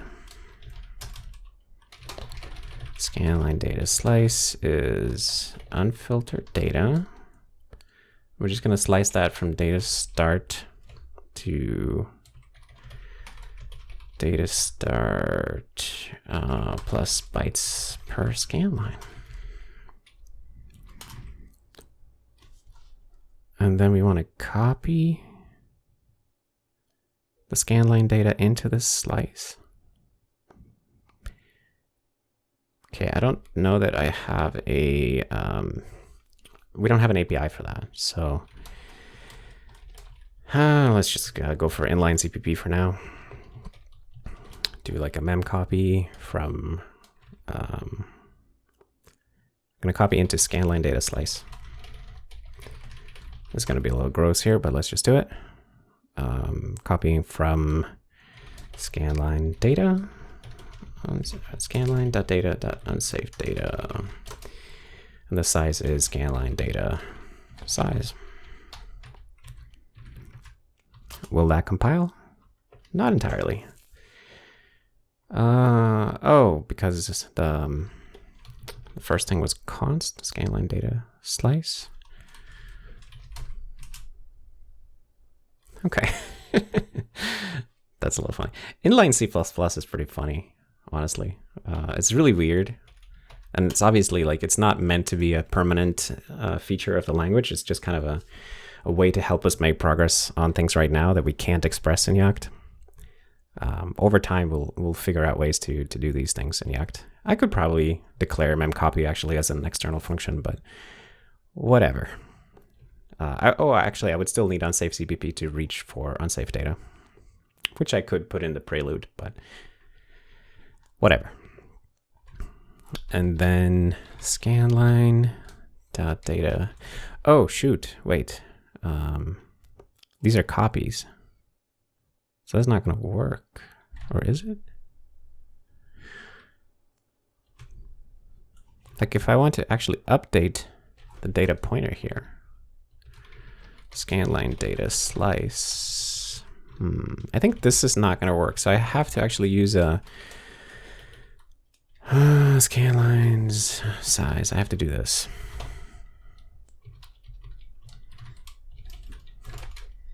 This is the only way to currently in the language to update a member of something, like update a member of an array element in an array of structs. Because if you iterate over the array of structs, then each element as you're iterating is a copy of the thing. It's not actually the thing in the array. So that's a bit of a hassle. That would something that we could solve by making iteration use references or iterate over references. Data start plus equals bytes per scanline. Okay, and then we just needed unfilter scanline right here. Unfilter scanline, which takes the filter, the data slice, previous scanlines data. Okay, so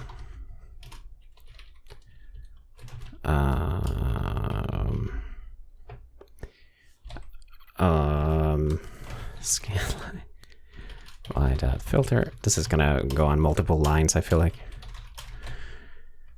Scanline data slice, previous scanline data, bytes per complete pixel. Okay, can we implement this?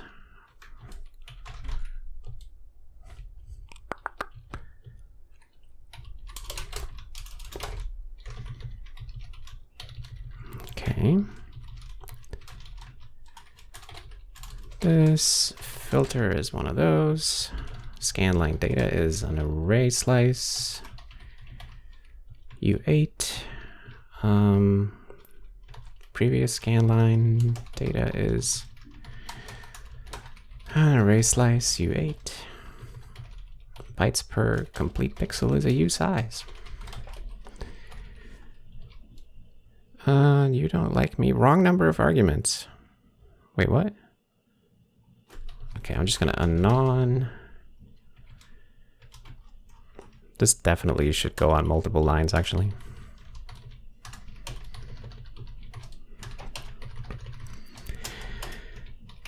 Oh, hello. There we go. Okay, so undeclared identifier scanline. Oh, my inline C++. I guess that's here. I have to say that because we don't have the local anymore with that name. Oh, all right. So unfilter scanline. And then we know that we had the subfilter and the path filter. Oh my goodness. Okay, so let's see.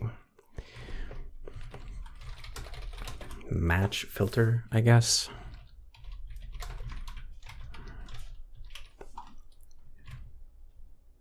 Okay, I'm just gonna copy this thing here. So sub.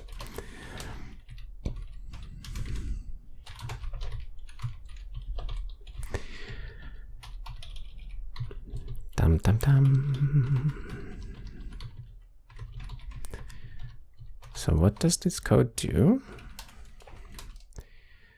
For I in bytes per complete pixel to scanline data dot size.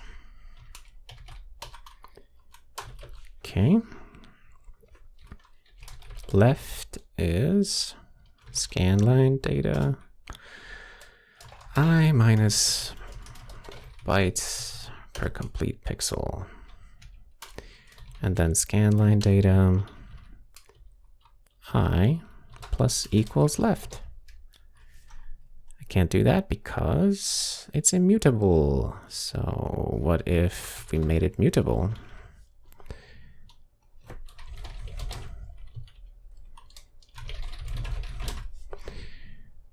Maybe this thing doesn't need to be called slice, actually.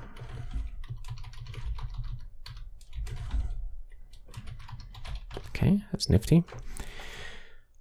Okay, and then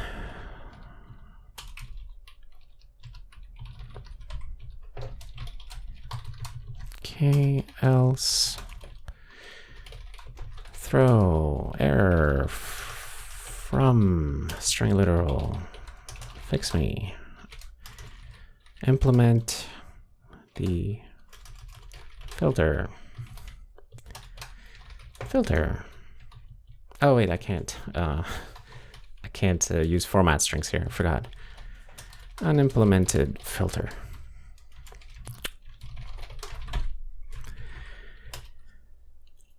Oof. Okay. Overflow and checked addition.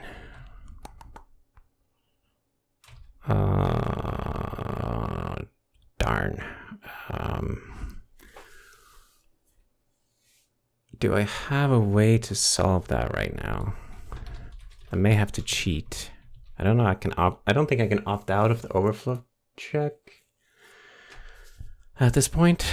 So I'm gonna have to cheat here. Let left. Yeah, I can do this.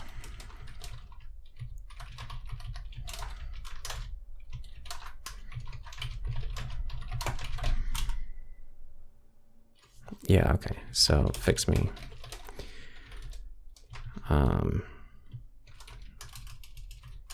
Need to opt out of the overflow check here.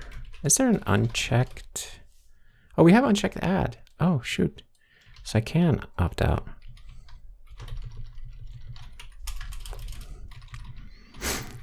Unchecked add.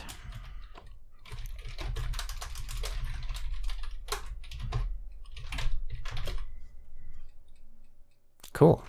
I forgot about unchecked add. And then we need the path thing. So how do we implement the path filter?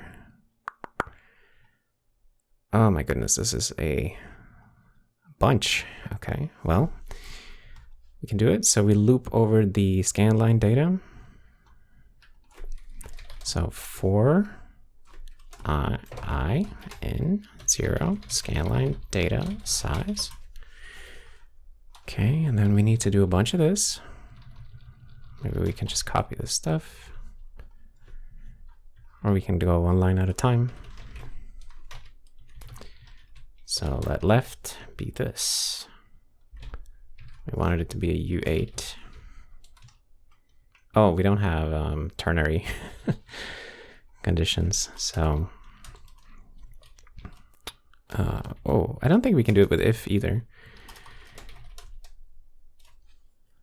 Oh, but we can do it with match. With match, that's the way to do it. True.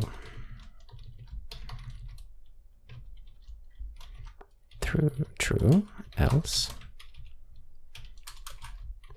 I think you still have to do true else, because true false, and it says like you haven't covered every possible case. We should probably make it smart enough to know about true false as the only possible cases for a Boolean condition. Okay, so left is that, above is this.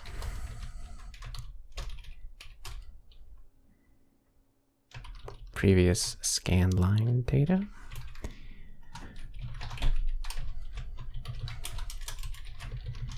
Okay, so match on this. True 0 U8. Oops. I feel like the Jakt parser could get real mad at me at any moment because I'm kind of pasting random C++ into it. Sometimes it gets really upset when I do that.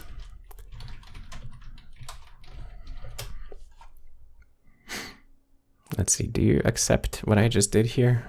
We'll find out soon enough.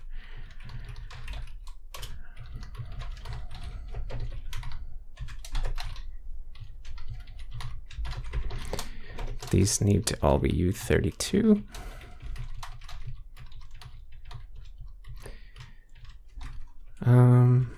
Actually, we should probably do this as U32, as U32, as U32. All right, and then abs is not a thing, so we'll just add it real quick here. Maybe even something like this.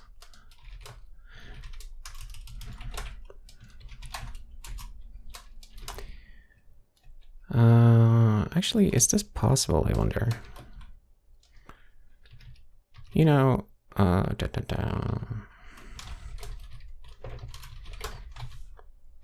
will the compiler accept this?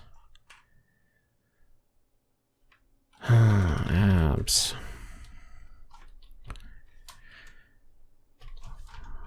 Left. What is the predictor? I32.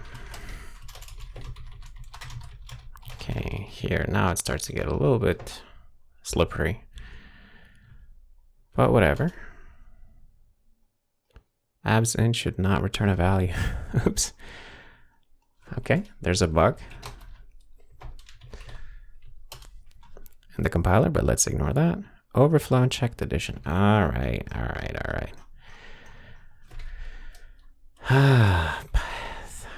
Unchecked additions. Well, we certainly have some of those.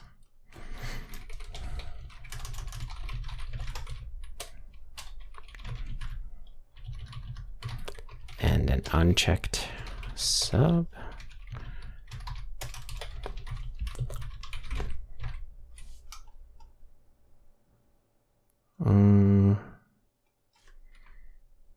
Do you actually tolerate this stuff?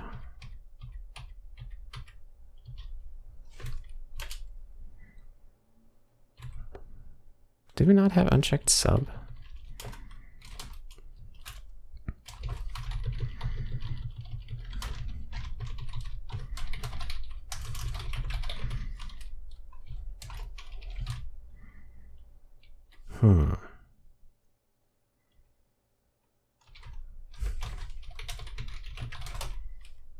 Oh shoot, we don't have unchecked sub. Can we just cheat maybe? Unchecked. Undo like unchecked sub. Can we do that? Or no, I mean like that.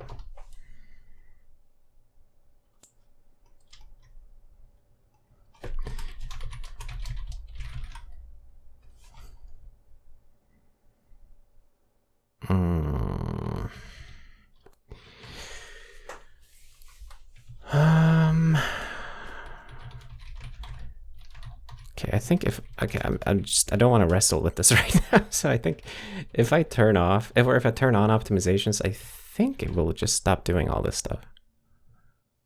Okay, yeah, so, okay, I'm plowing ahead now with optimizations on.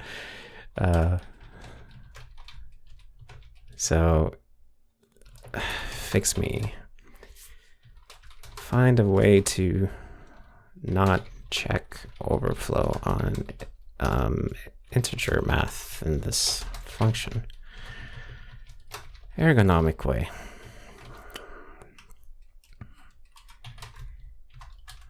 It currently falls apart if optimizations are disabled. Right. All right. So compiles. We're getting close. So then we're going to figure out nearest based on these conditions. Okay, sure. Mute nearest U8.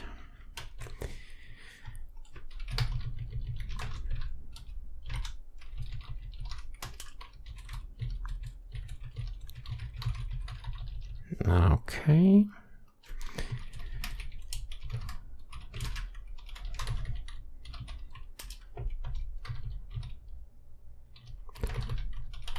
Okay, and okay.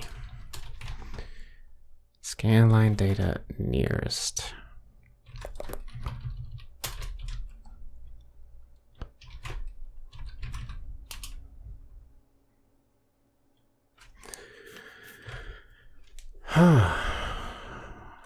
Okay, so did the thing run? And how can we tell? So unfilter. So let's see. Once we unfilter the scan lines, now we're here. So we need to unpack them to RGBA, okay? I know we're true color, so we would be here.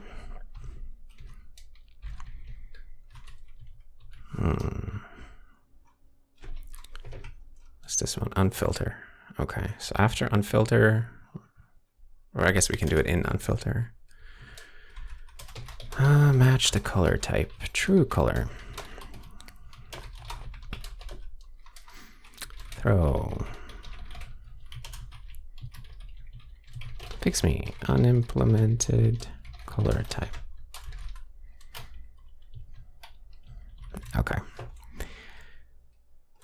And we don't have transparency data, so the size of that is not gonna be relevant, but I'll put a fix me here.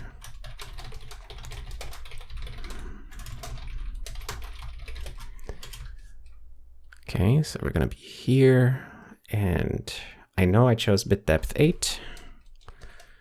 So we can just do this, I guess.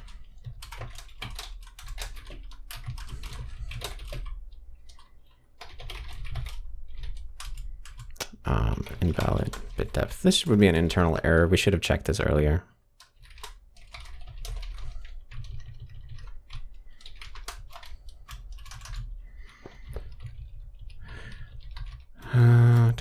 Throw error from.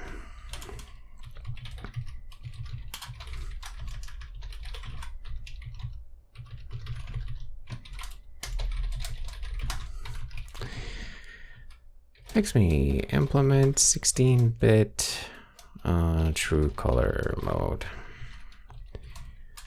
Okay, here, unpack triplets without alpha. U8. What does it do? Iterate over the scan lines and print out them triplets is what I'm gonna do.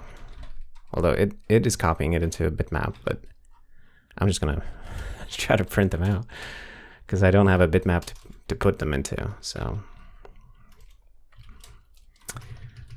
T will be our type. So we're triplets of T, right? Okay, so Y in 0 through, actually I need the scan lines. Unpack, give me the scan lines. Can I have the scan lines? What is the scan lines? It's one of these things.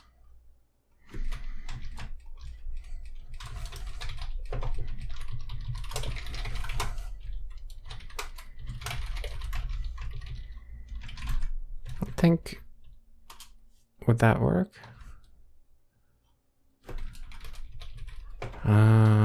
Again, forgot that.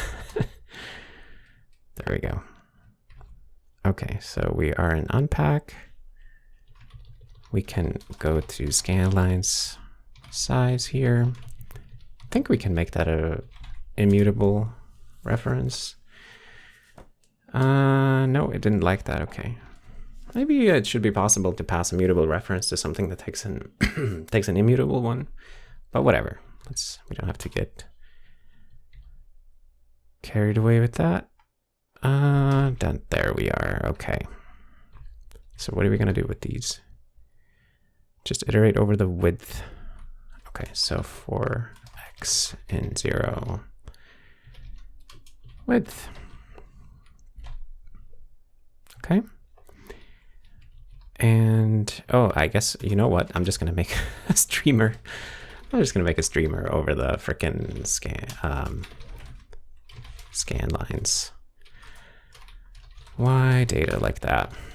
Can I do that? Slice it.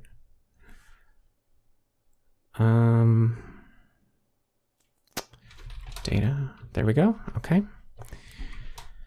And now I know that I'm reading triplets, so all I have to say here is red is streamer read T. I thought that's what I had to say. Oh, why does that not work?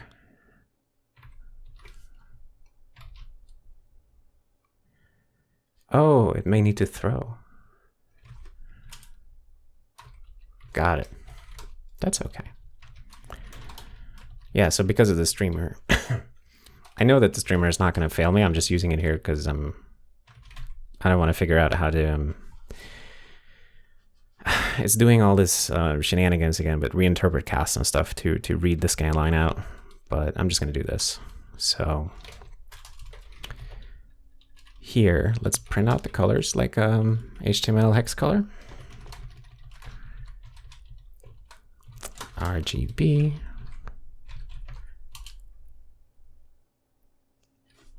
Okay.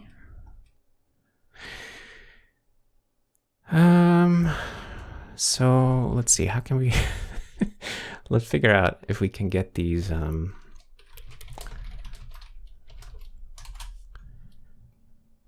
terminal color RGB. Yeah, like this. We'll do this trick. So let's see. I think I can do an escape character like that. I hope. Or can I? I can make one like this.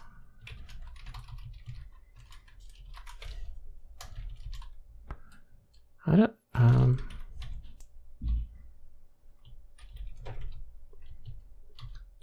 actually, this, I think this will just be passed through to the C++ compiler, so it should probably work. Okay, so 48, 2, and then red, green, and blue with semicolons in between, followed by anything? Maybe not. Okay, and then just a space. Don't you have to put like an M after these?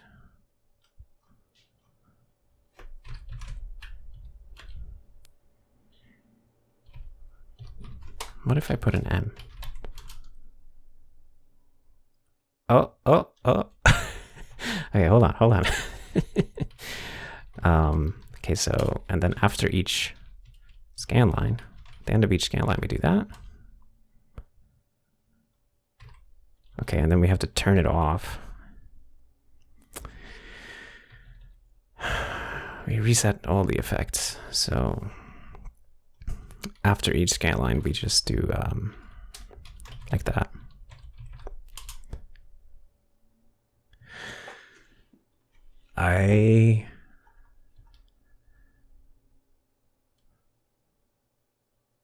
Is that it? I feel like that's it.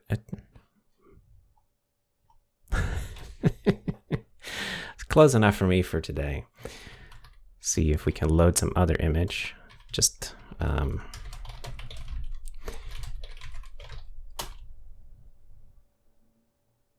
has other formats and stuff. With alpha, what about the brand banner?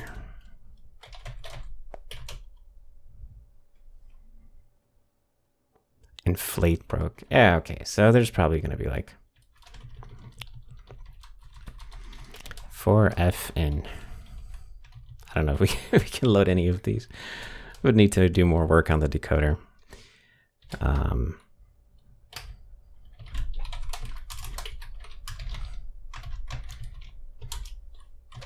None of them worked. All right, whatever.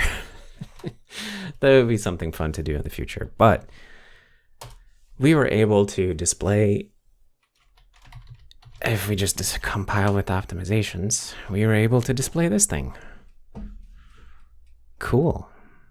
I feel like maybe there's a little glitch in the very last color, but it's close enough. I don't want to figure it out right now. So this took a while, but I think we managed to get to the point where we could decode a PNG and even see it in the terminal of all places. So that is pretty cool. I'm going to end the video here because I got tired from this. But yeah, this was really fun.